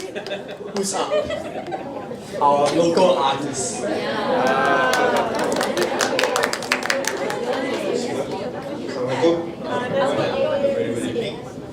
Alright. This is a combination of two stories. Yeah, two cards here. When we got the card, everyone was like waiting for questions from everyone. Alright, to summarize this all, this is an ear to represent listen actively. And to listen, someone has to be nice, sane, and a gentleman. In the head. And we also combine with another card in which it says volunteer to take care of other people's problem. So this guy here is so helpful that he will help to solve other people's problem. That is trust. So whenever we are working together, we start to trust each other. And we will not reveal the details of the story. That is trust, okay? Because we as teachers, we are also counselors, where students pour out their feelings and problems. We listen, but we don't disclose, right? We just counsel. Right? That's all from. Thank you very much. And what you say is very true. As teachers, you're very accountable for having your students' trust. If you don't have their trust, you don't have them at all. You lose them. So remember what they tell you, keep it confidential, yeah? Cool. And also a question, how come a earring over there? Alright. This is also relates to a story in which okay, you shall not disclose. In which a rich lady would help someone with financial problem. I see. Earrings, diamond earrings, coach in your bag. Coach and bag. Very much. Thank you. And thank you to the rich lady as well, whoever you are. So next, let's have this group. Siamese cats, but the person doesn't look like a cat. So okay, that's the group's name. Okay, Assalamualaikum everyone, and a very good evening, afternoon, evening. Anyway, we got the same two cards with the one or two groups before. The first one is give people the freedom to achieve the results you want. But Farah's group has a very nice way of looking at it. But ours is slightly more cunning. We have taken the quote from My Big Fat Greek Wedding, where let the men think that they are the heads, but we are the neck. Yes. So they think they are making the choice, but actually we are the one steering them. For example, say Z, do you want to go to A or B? You can go to A and you can get chocolate. But you can also go to B, which is also nice, but you get nothing. So basically, you are guiding them into choosing A. Exactly. You can try this later at home. The next one is don't talk too much. Both of these cards to me is very useful when it comes to relationship with our spouses because it saves a lot of arguments. Don't talk too much. It doesn't mean that you don't talk at all, but you talk. You minimize talking. But with guys, they need direct approach. You don't ramble. You tell them, I am not happy with this, and this. Okay, full stop. And to make me happy, you should do this, and this. Full stop. So no elaboration. Yes, that's it. And it saves a lot of arguments. Yes. Thank you very much. And you can tell that this is true because most guys, I'm generalizing, are these. So how you communicate with them is direct communication. Then they get it, okay? Yes. And besides spouses, you can also relate this with your students as well. So give them a choice when they think they have a choice, but they don't have a choice at all. Yeah. And so we don't have to talk too much or nag them. We know how to guide them by questioning, and they know what to do by themselves. Cool? So, and let's have our final group, a treasure chest here.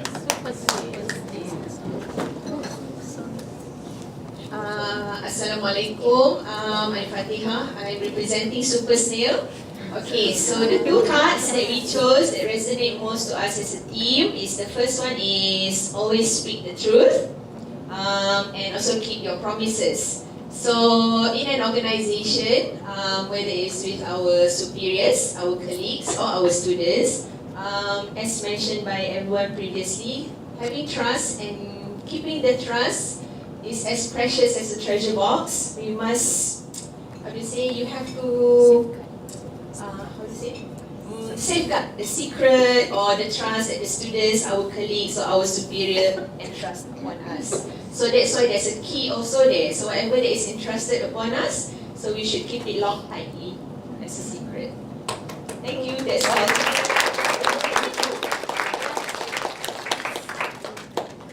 So I think everyone, excuse me, everyone has really cool drawings. So for that, please give yourself another big round of applause. Next session, let's find out what Jeff has in store for us. Okay, give yourself a round of applause. That was very good sharing. I enjoyed it very much, and the photos, the pictures were really good. Yeah, so you can draw, right? You can talk and tell stories. I know that. You all have wonderful stories. Wonderful stories. Very good storytellers around. You should use that more often. People like stories. So you see, if I say once upon a time, everybody will look at me, right?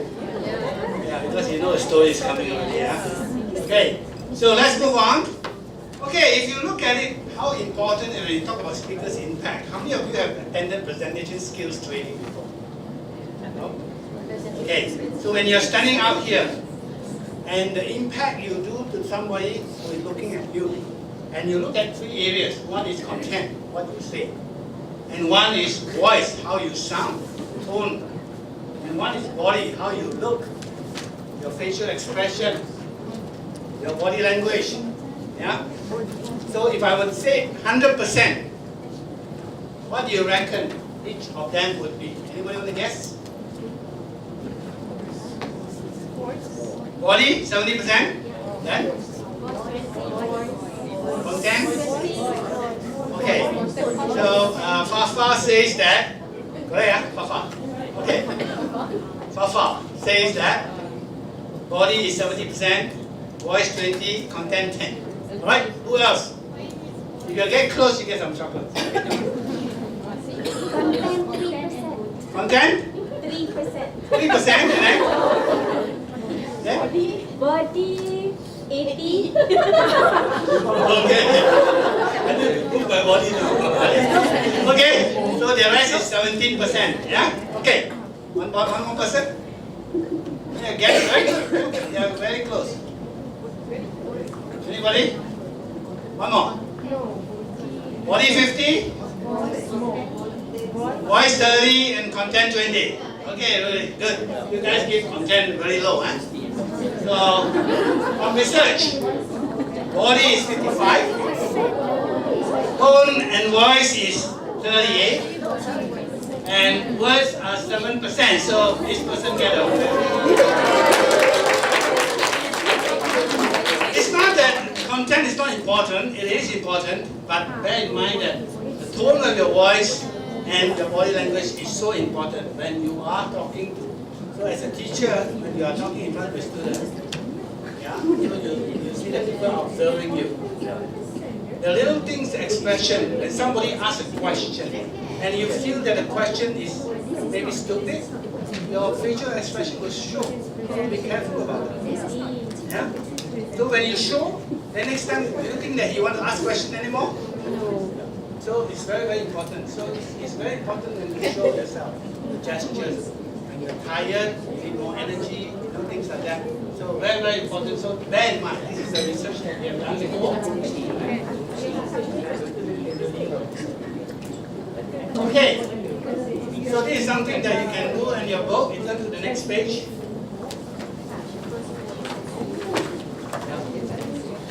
Yeah. Okay.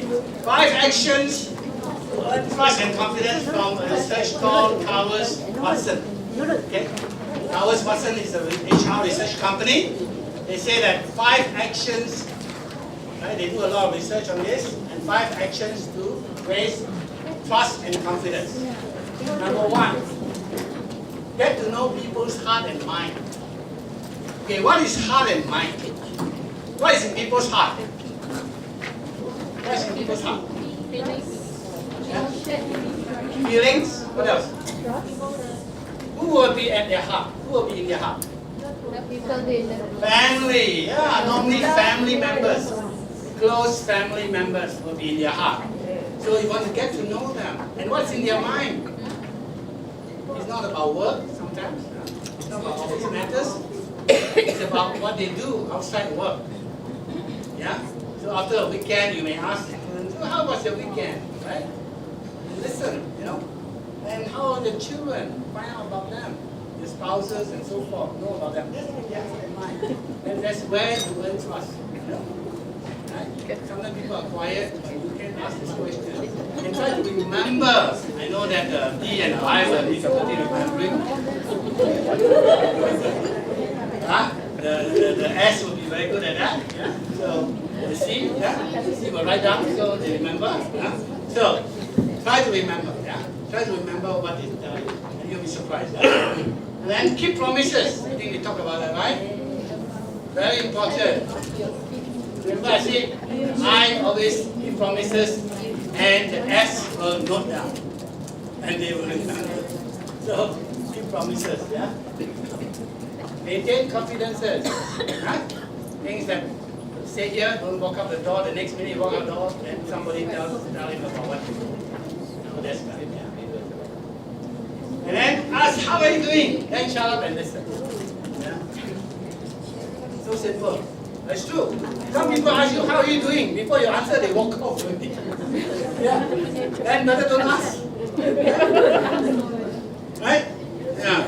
You remember if, let's say, a state visit, some big shop like Obama come and visit, there's a guard of honor walking. And notice that when they walk, sometimes they stop.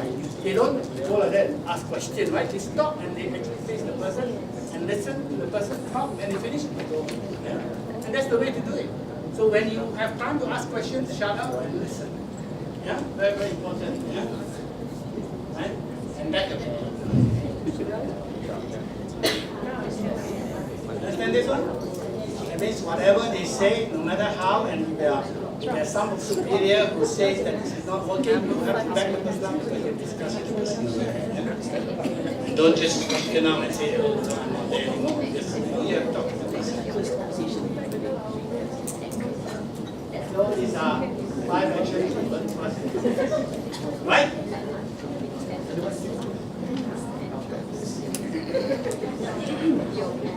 Okay. So we are going to do this. The next one.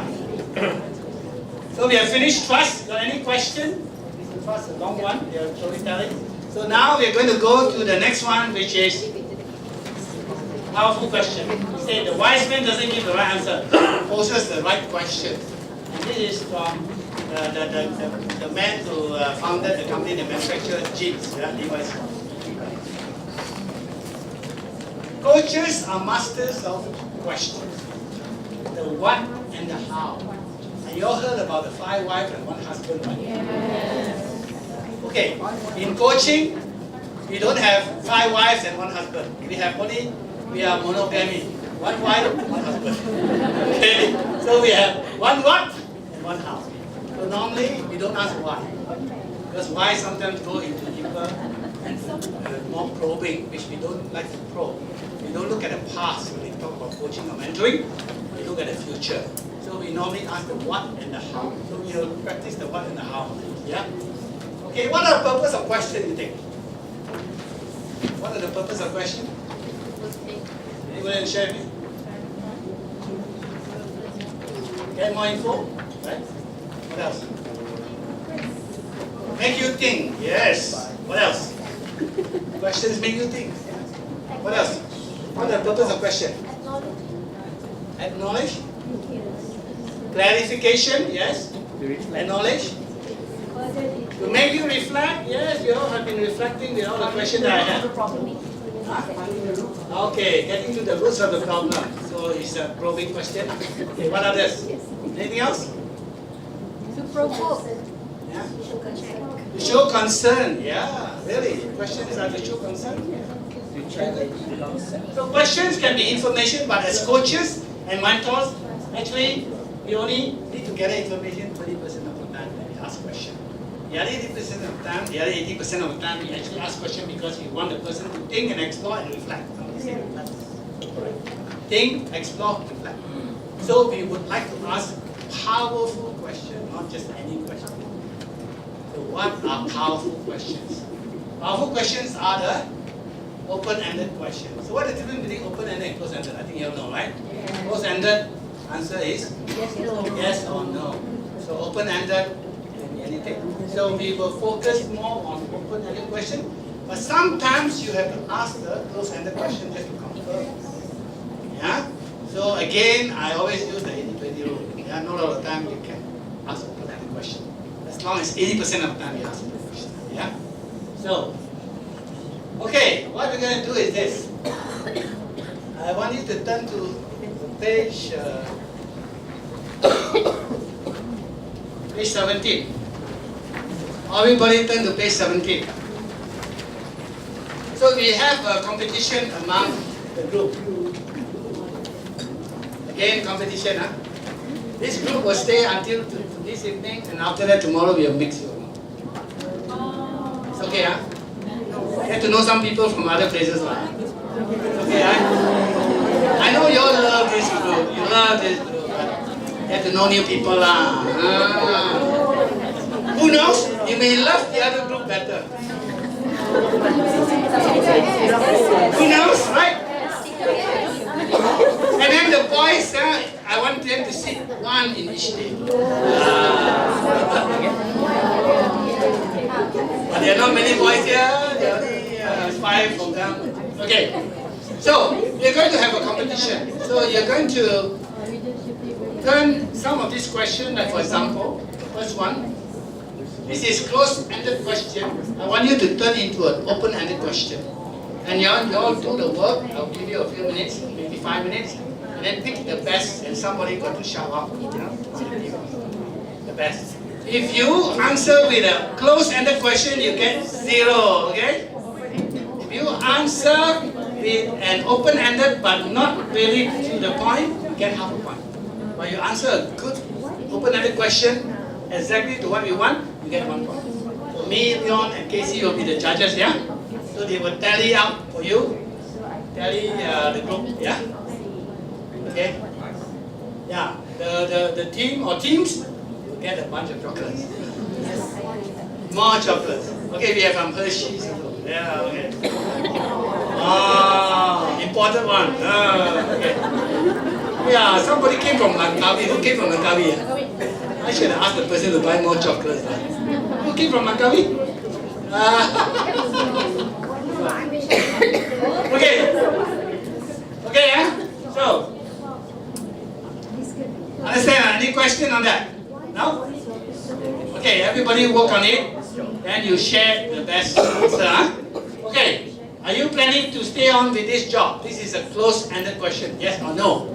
Now you need to answer it into an open-ended question, relevant to that. So what is the question you're going to ask? The question is your answer, right? So the next one, do you think it's time for you to make career change? Very assumptions and telling people that, oh, it's time to make career change, yes or no? No, you want to ask very open without making any judgments. Yeah? So now, start. You'll start discussing among yourself. I give you 5 minutes. Come on. First two first, don't do the rest. Only the first 2 questions. Number 5. Sorry, I didn't know that you always ask. So now you start first. Okay, listen. Okay, our first question is, what is happening here? In a motherly manner. In a happy manner. They good? What is happening here?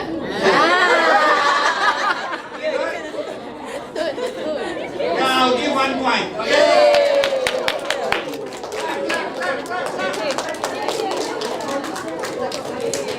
Okay, team number 6. Okay, for the first question, what is happening between both of you? What is happening between both of you?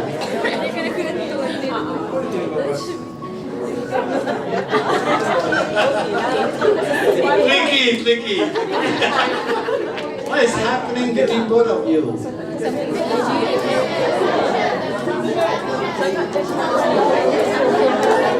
I'm listening. I think there's a little bit of assumption. So I would give half a point. Okay. Next. Team number 7.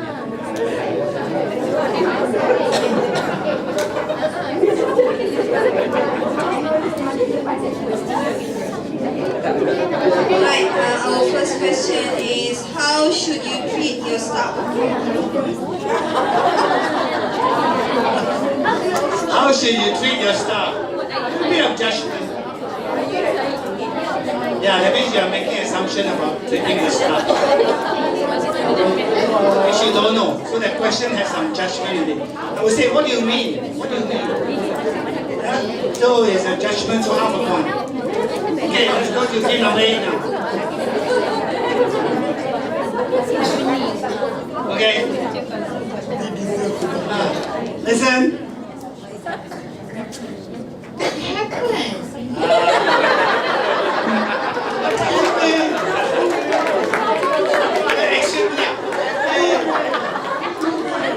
Yeah, it's very good. With the action.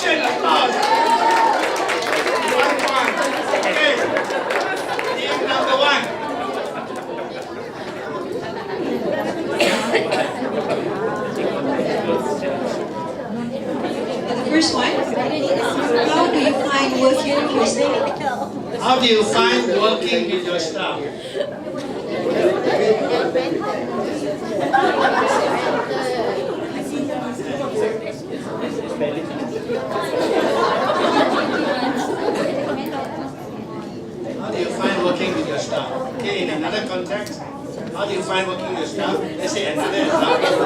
He doesn't know. You just ask the question, how do you find working with your staff? I think it's acceptable. For 1 point. Okay, team number 2. How do you find working with your Somebody who hasn't answered. Yeah.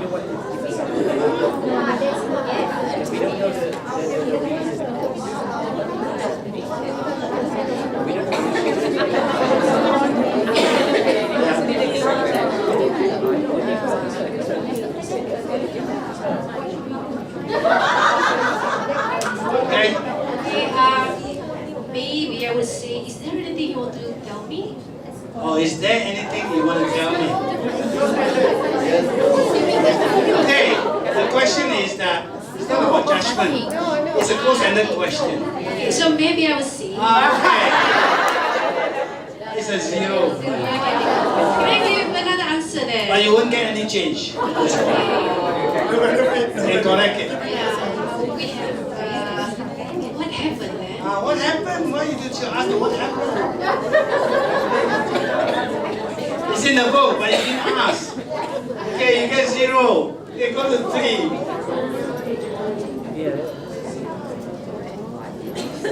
You can ask the same question, doesn't matter. What is in the book? The question would be, what is going on here? Okay, what is going on here? Okay. It's like, what happened, huh? In a way, but your tone has to be quite good, yeah? It's like, what happened? If you say, what happened? Yeah? What's going on here? So it's a tone of the voice that makes a lot of difference. That is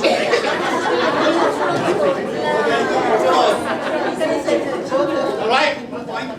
Last one. What is the best approach when dealing with the staff? What is the best approach when dealing with the staff?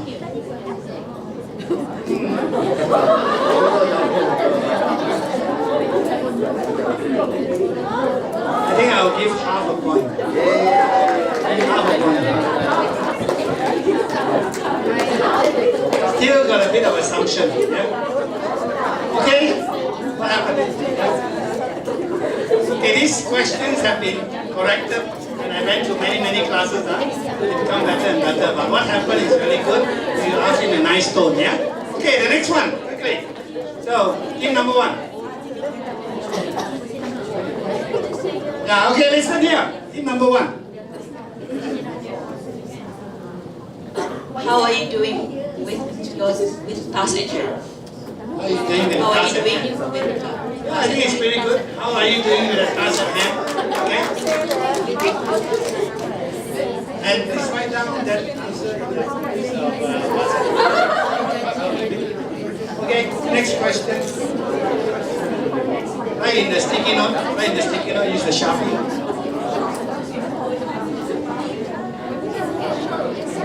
Okay.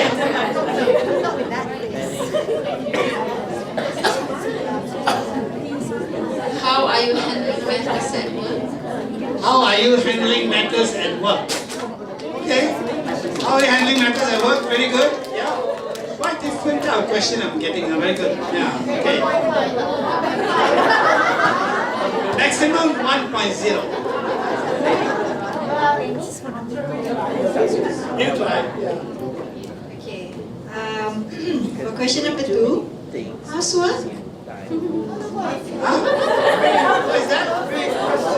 Oh, housework. Oh, I love that. Housework. I like that. Can you put down in a sticky? Yes, it's correct. Housework. Housework is so short. Two words. Give them a round of applause. This is very good.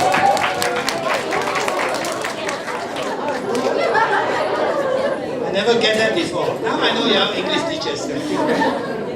Okay. How about planning your task?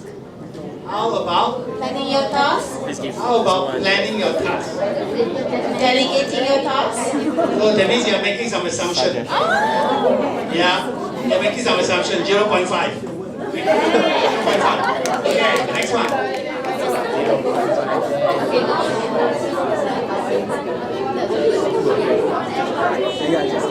Okay, quickly.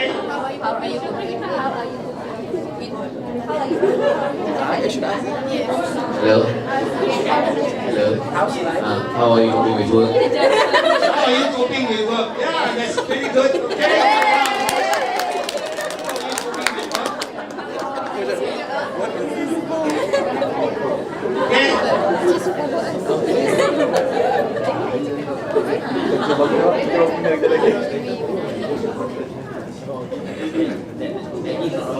How are the things going?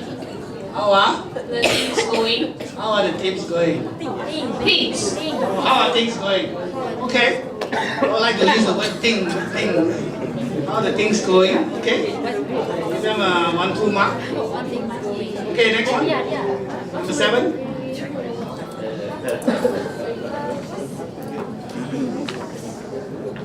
So our question, how have you been with your work? How have you been with your work? Okay, acceptable? In the way.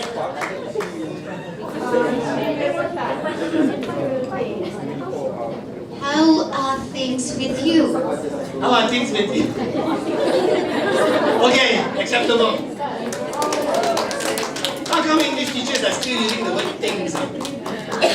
Things. T-H-I-N-G-S. You know, I used to meet a Thai guy, and I didn't know. The Thai guy told me that, why you Malaysians like to use the word things? What things? What things? What is thing and the thing? Somehow or other it's in our, it's in our DNA in Malaysians, always using this thing. Okay, very good. Give yourself a round of applause. Okay, I will not go to the next two. Want us to go to the next two? Because for the sake of time, I want to keep y'all have a long day. For the sake of time, I won't go to the next two because I want to do the next session. But I will give you the answer to the next two. So I will ask you to tally up. Okay? And this one, how do you multitask? Yeah, but you have some very good questions, which I will change. So this will give me the question. Between one that okay. So this one, the voice-oriented questions. Couldn't you have used interviews to gather data? Who can tell me? What's the answer?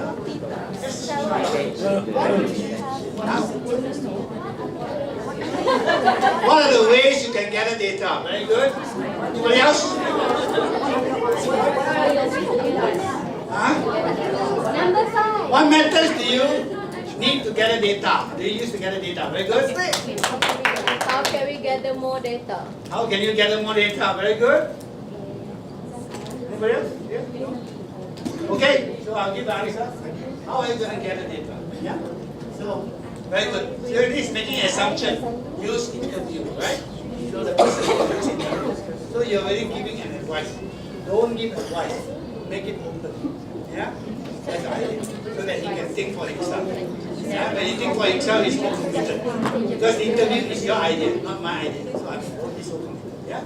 So, shouldn't you discuss with your manager first before making this decision?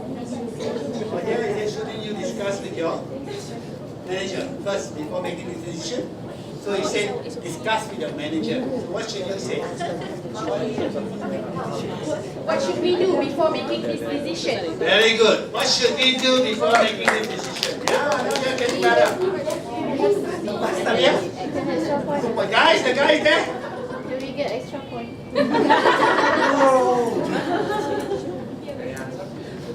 How will you make the decision? How will you make the decision? Okay, Ken also, how will you make this decision? Okay. What do you think you need to discuss? I think yours is better. This is very long. Don't like that. It can be who, it can be what, yeah? What do you need? I think what is better. Okay? So we can how 3.5. Yes. 1, 2, 3. Oh, only 1, 4.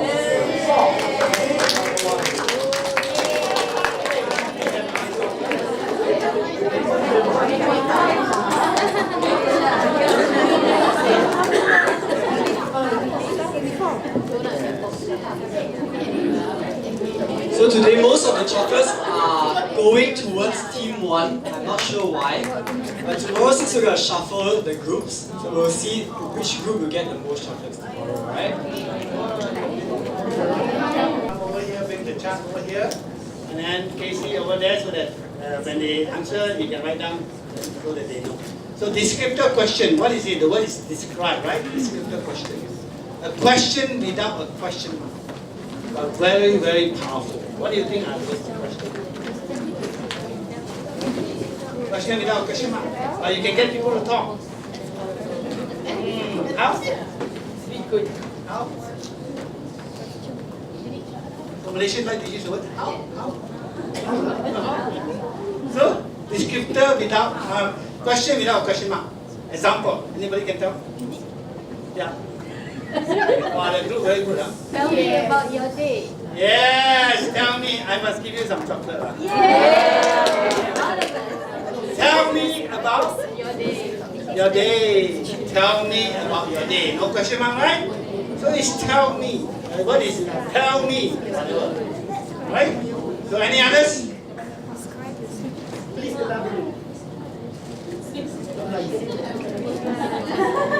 Okay. Huh?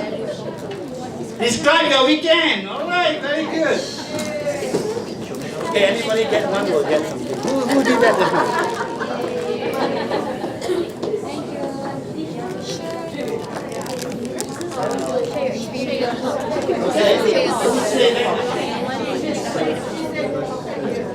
Okay.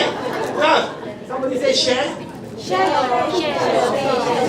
your thoughts. Okay, share your thoughts or share. Okay, I will share my chocolate with you. Okay, who else?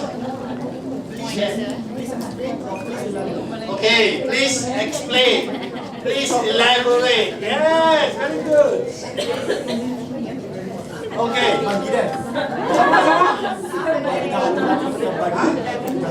Show me what you have done. Wow, the chocolate is really close.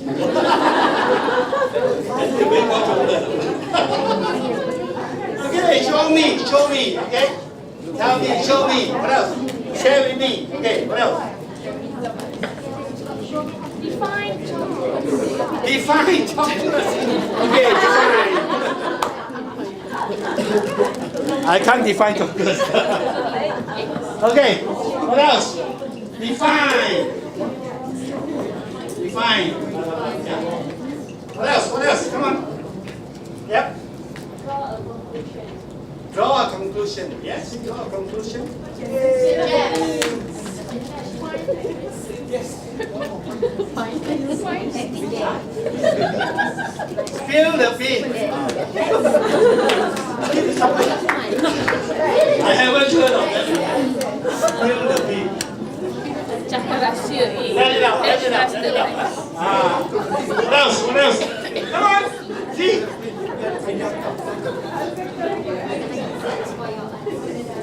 Give me reasons for your answer. Okay, give me reasons. Yeah, okay. I accept that. Okay, what else? I'm running out of chocolate. Justify your action. Okay, justify your action. Thank you. Suggest a way to improve yourself. Please suggest.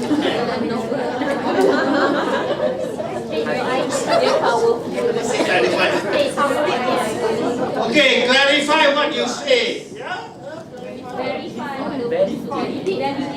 And sometimes you don't have to say a word. You just have to see one word. What does that mean? And somebody is talking, and then you want him to continue. Yeah. No, I think the nice one is say, and. And, right?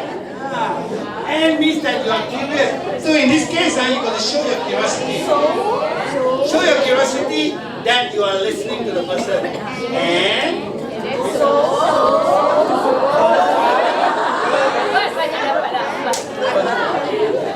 okay, one last one.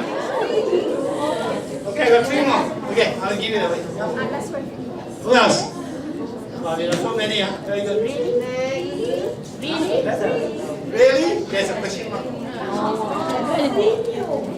Continue. Okay. Jawab dengan lebih gantung.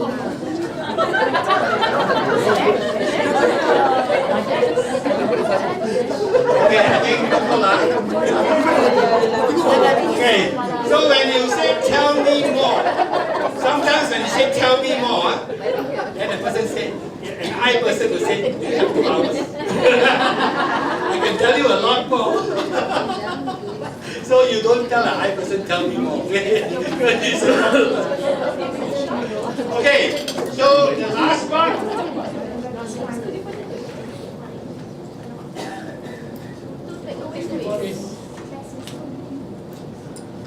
I want you to reflect on how you can use powerful questions with your students. Okay? Think about how you can use powerful questions with your students. Right? Instead of telling them all the answers, you want them to come. I don't know, students sometimes get. What is the biggest number of students when you teach in a class? 20, 30, 35, 20, yeah? So it's something that you can use to get them to try to share their ideas. Yeah? Very important. And this is used in coaching very much. It's also used in any other mentoring. You can use it as well. Yeah? You don't have to give all the answers, but ask the question so he can discover himself. Unless he is very new. The person is very new to the job, a new teacher. You want to more mentor than coach. But if a teacher is like 3 years, she has already learned something. So you can use questions, yeah? Okay, so this will be the last part, which will be quite interesting. I'm going to be the coachee. You are going to be a coach. Okay? So I will tell you a story. I come to you as a friend, my buddy. Okay, you are my buddy. Okay? So that happens. Let me see. I was 35 years old. I have a job. I work with a multinational company. Very well-paid job. In sales, right?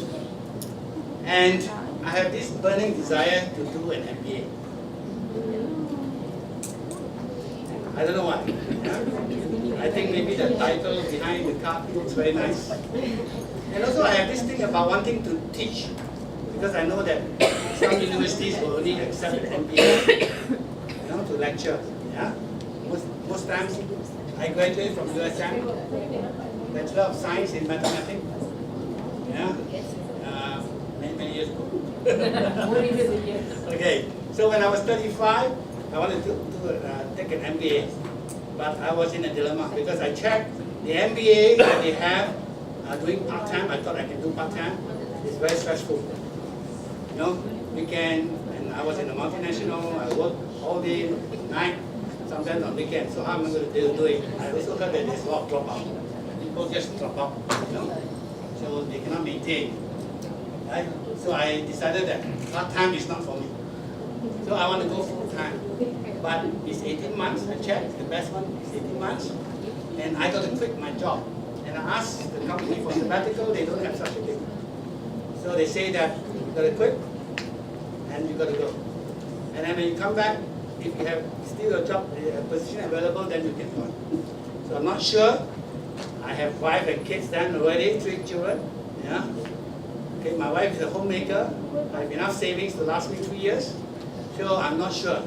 Should I or should I not go for MBA? And then I come and see you, Papa. You are my buddy. Okay? Then I say, what should I do? Okay. So what are you going to do? How are you going to coach me?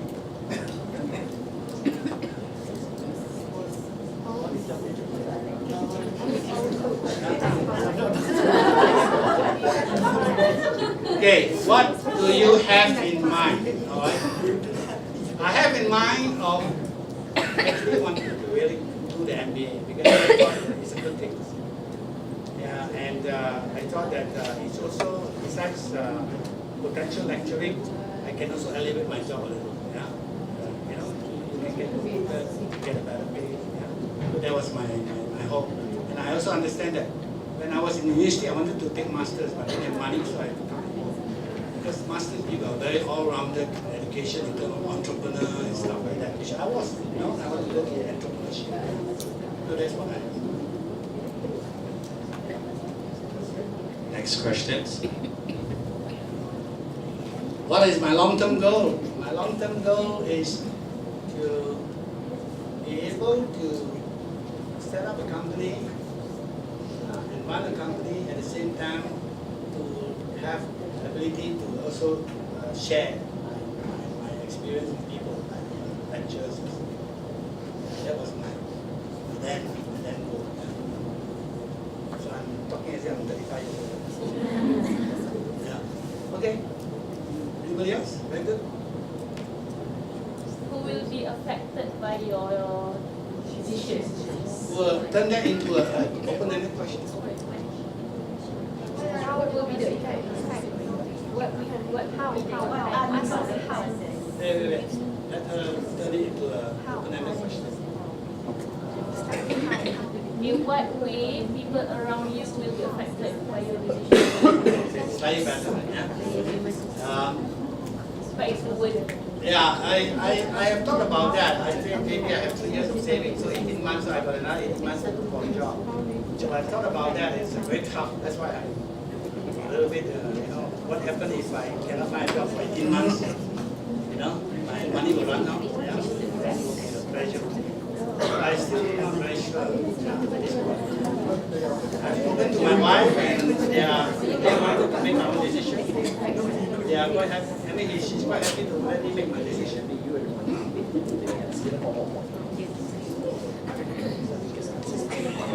Yeah?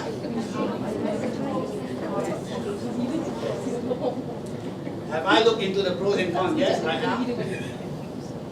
Yes, I have. So try to ask an open-ended question, yeah? Okay. What are the pros and cons? I've looked into the pros and cons, and I'm more like now 60% into taking an MBA. So I still have the 40%. Do you have any backup plan in Change that into a open-ended question. What are your backup plans? I have no backup plan. Do or die. Now, good question.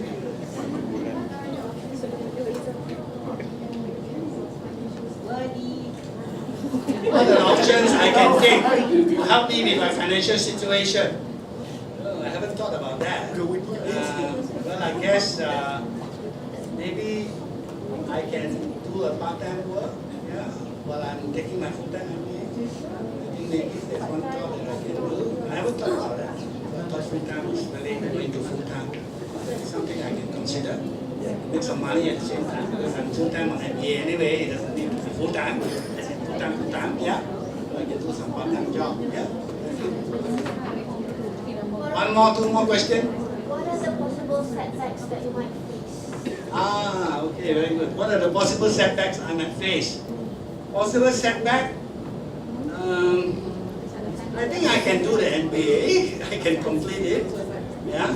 My setback would be that if something happened along the way, I don't know. Yeah. Somebody got sick, and I need the money to do something. I hope that doesn't happen. So there are possibilities. The other possible setback could be that after I've graduated, I may not find my job. And I'll be very disappointed and I'll still struggle to look for my job. That will be tough for me. Yeah? Okay. One last question. What your family has to say about it? What does my family have to say about it? Yeah, that's a very good question. Because you want to get to the family. I said my wife is pretty happy with that and asked me to make my own decision. You know? He says this is your career and what you think is good for you. And She doesn't stop me from I know. going for the MBA. Okay, give yourself a round of applause. So this is what they say, if somebody come to you, don't advise. That's the last thing they want. So a lot of people will say, MBA is very good, you should go ahead, take the MBA, So you may want to ask questions. You want to find out. Let the person explore. Like, I never think of the thing about doing part-time work. Came up with something. Yeah, that's part-time work. Yeah, talking about the family. Sometimes people haven't discussed with the family and neighbors. Yeah? You ask the question. Yeah? Okay? Good?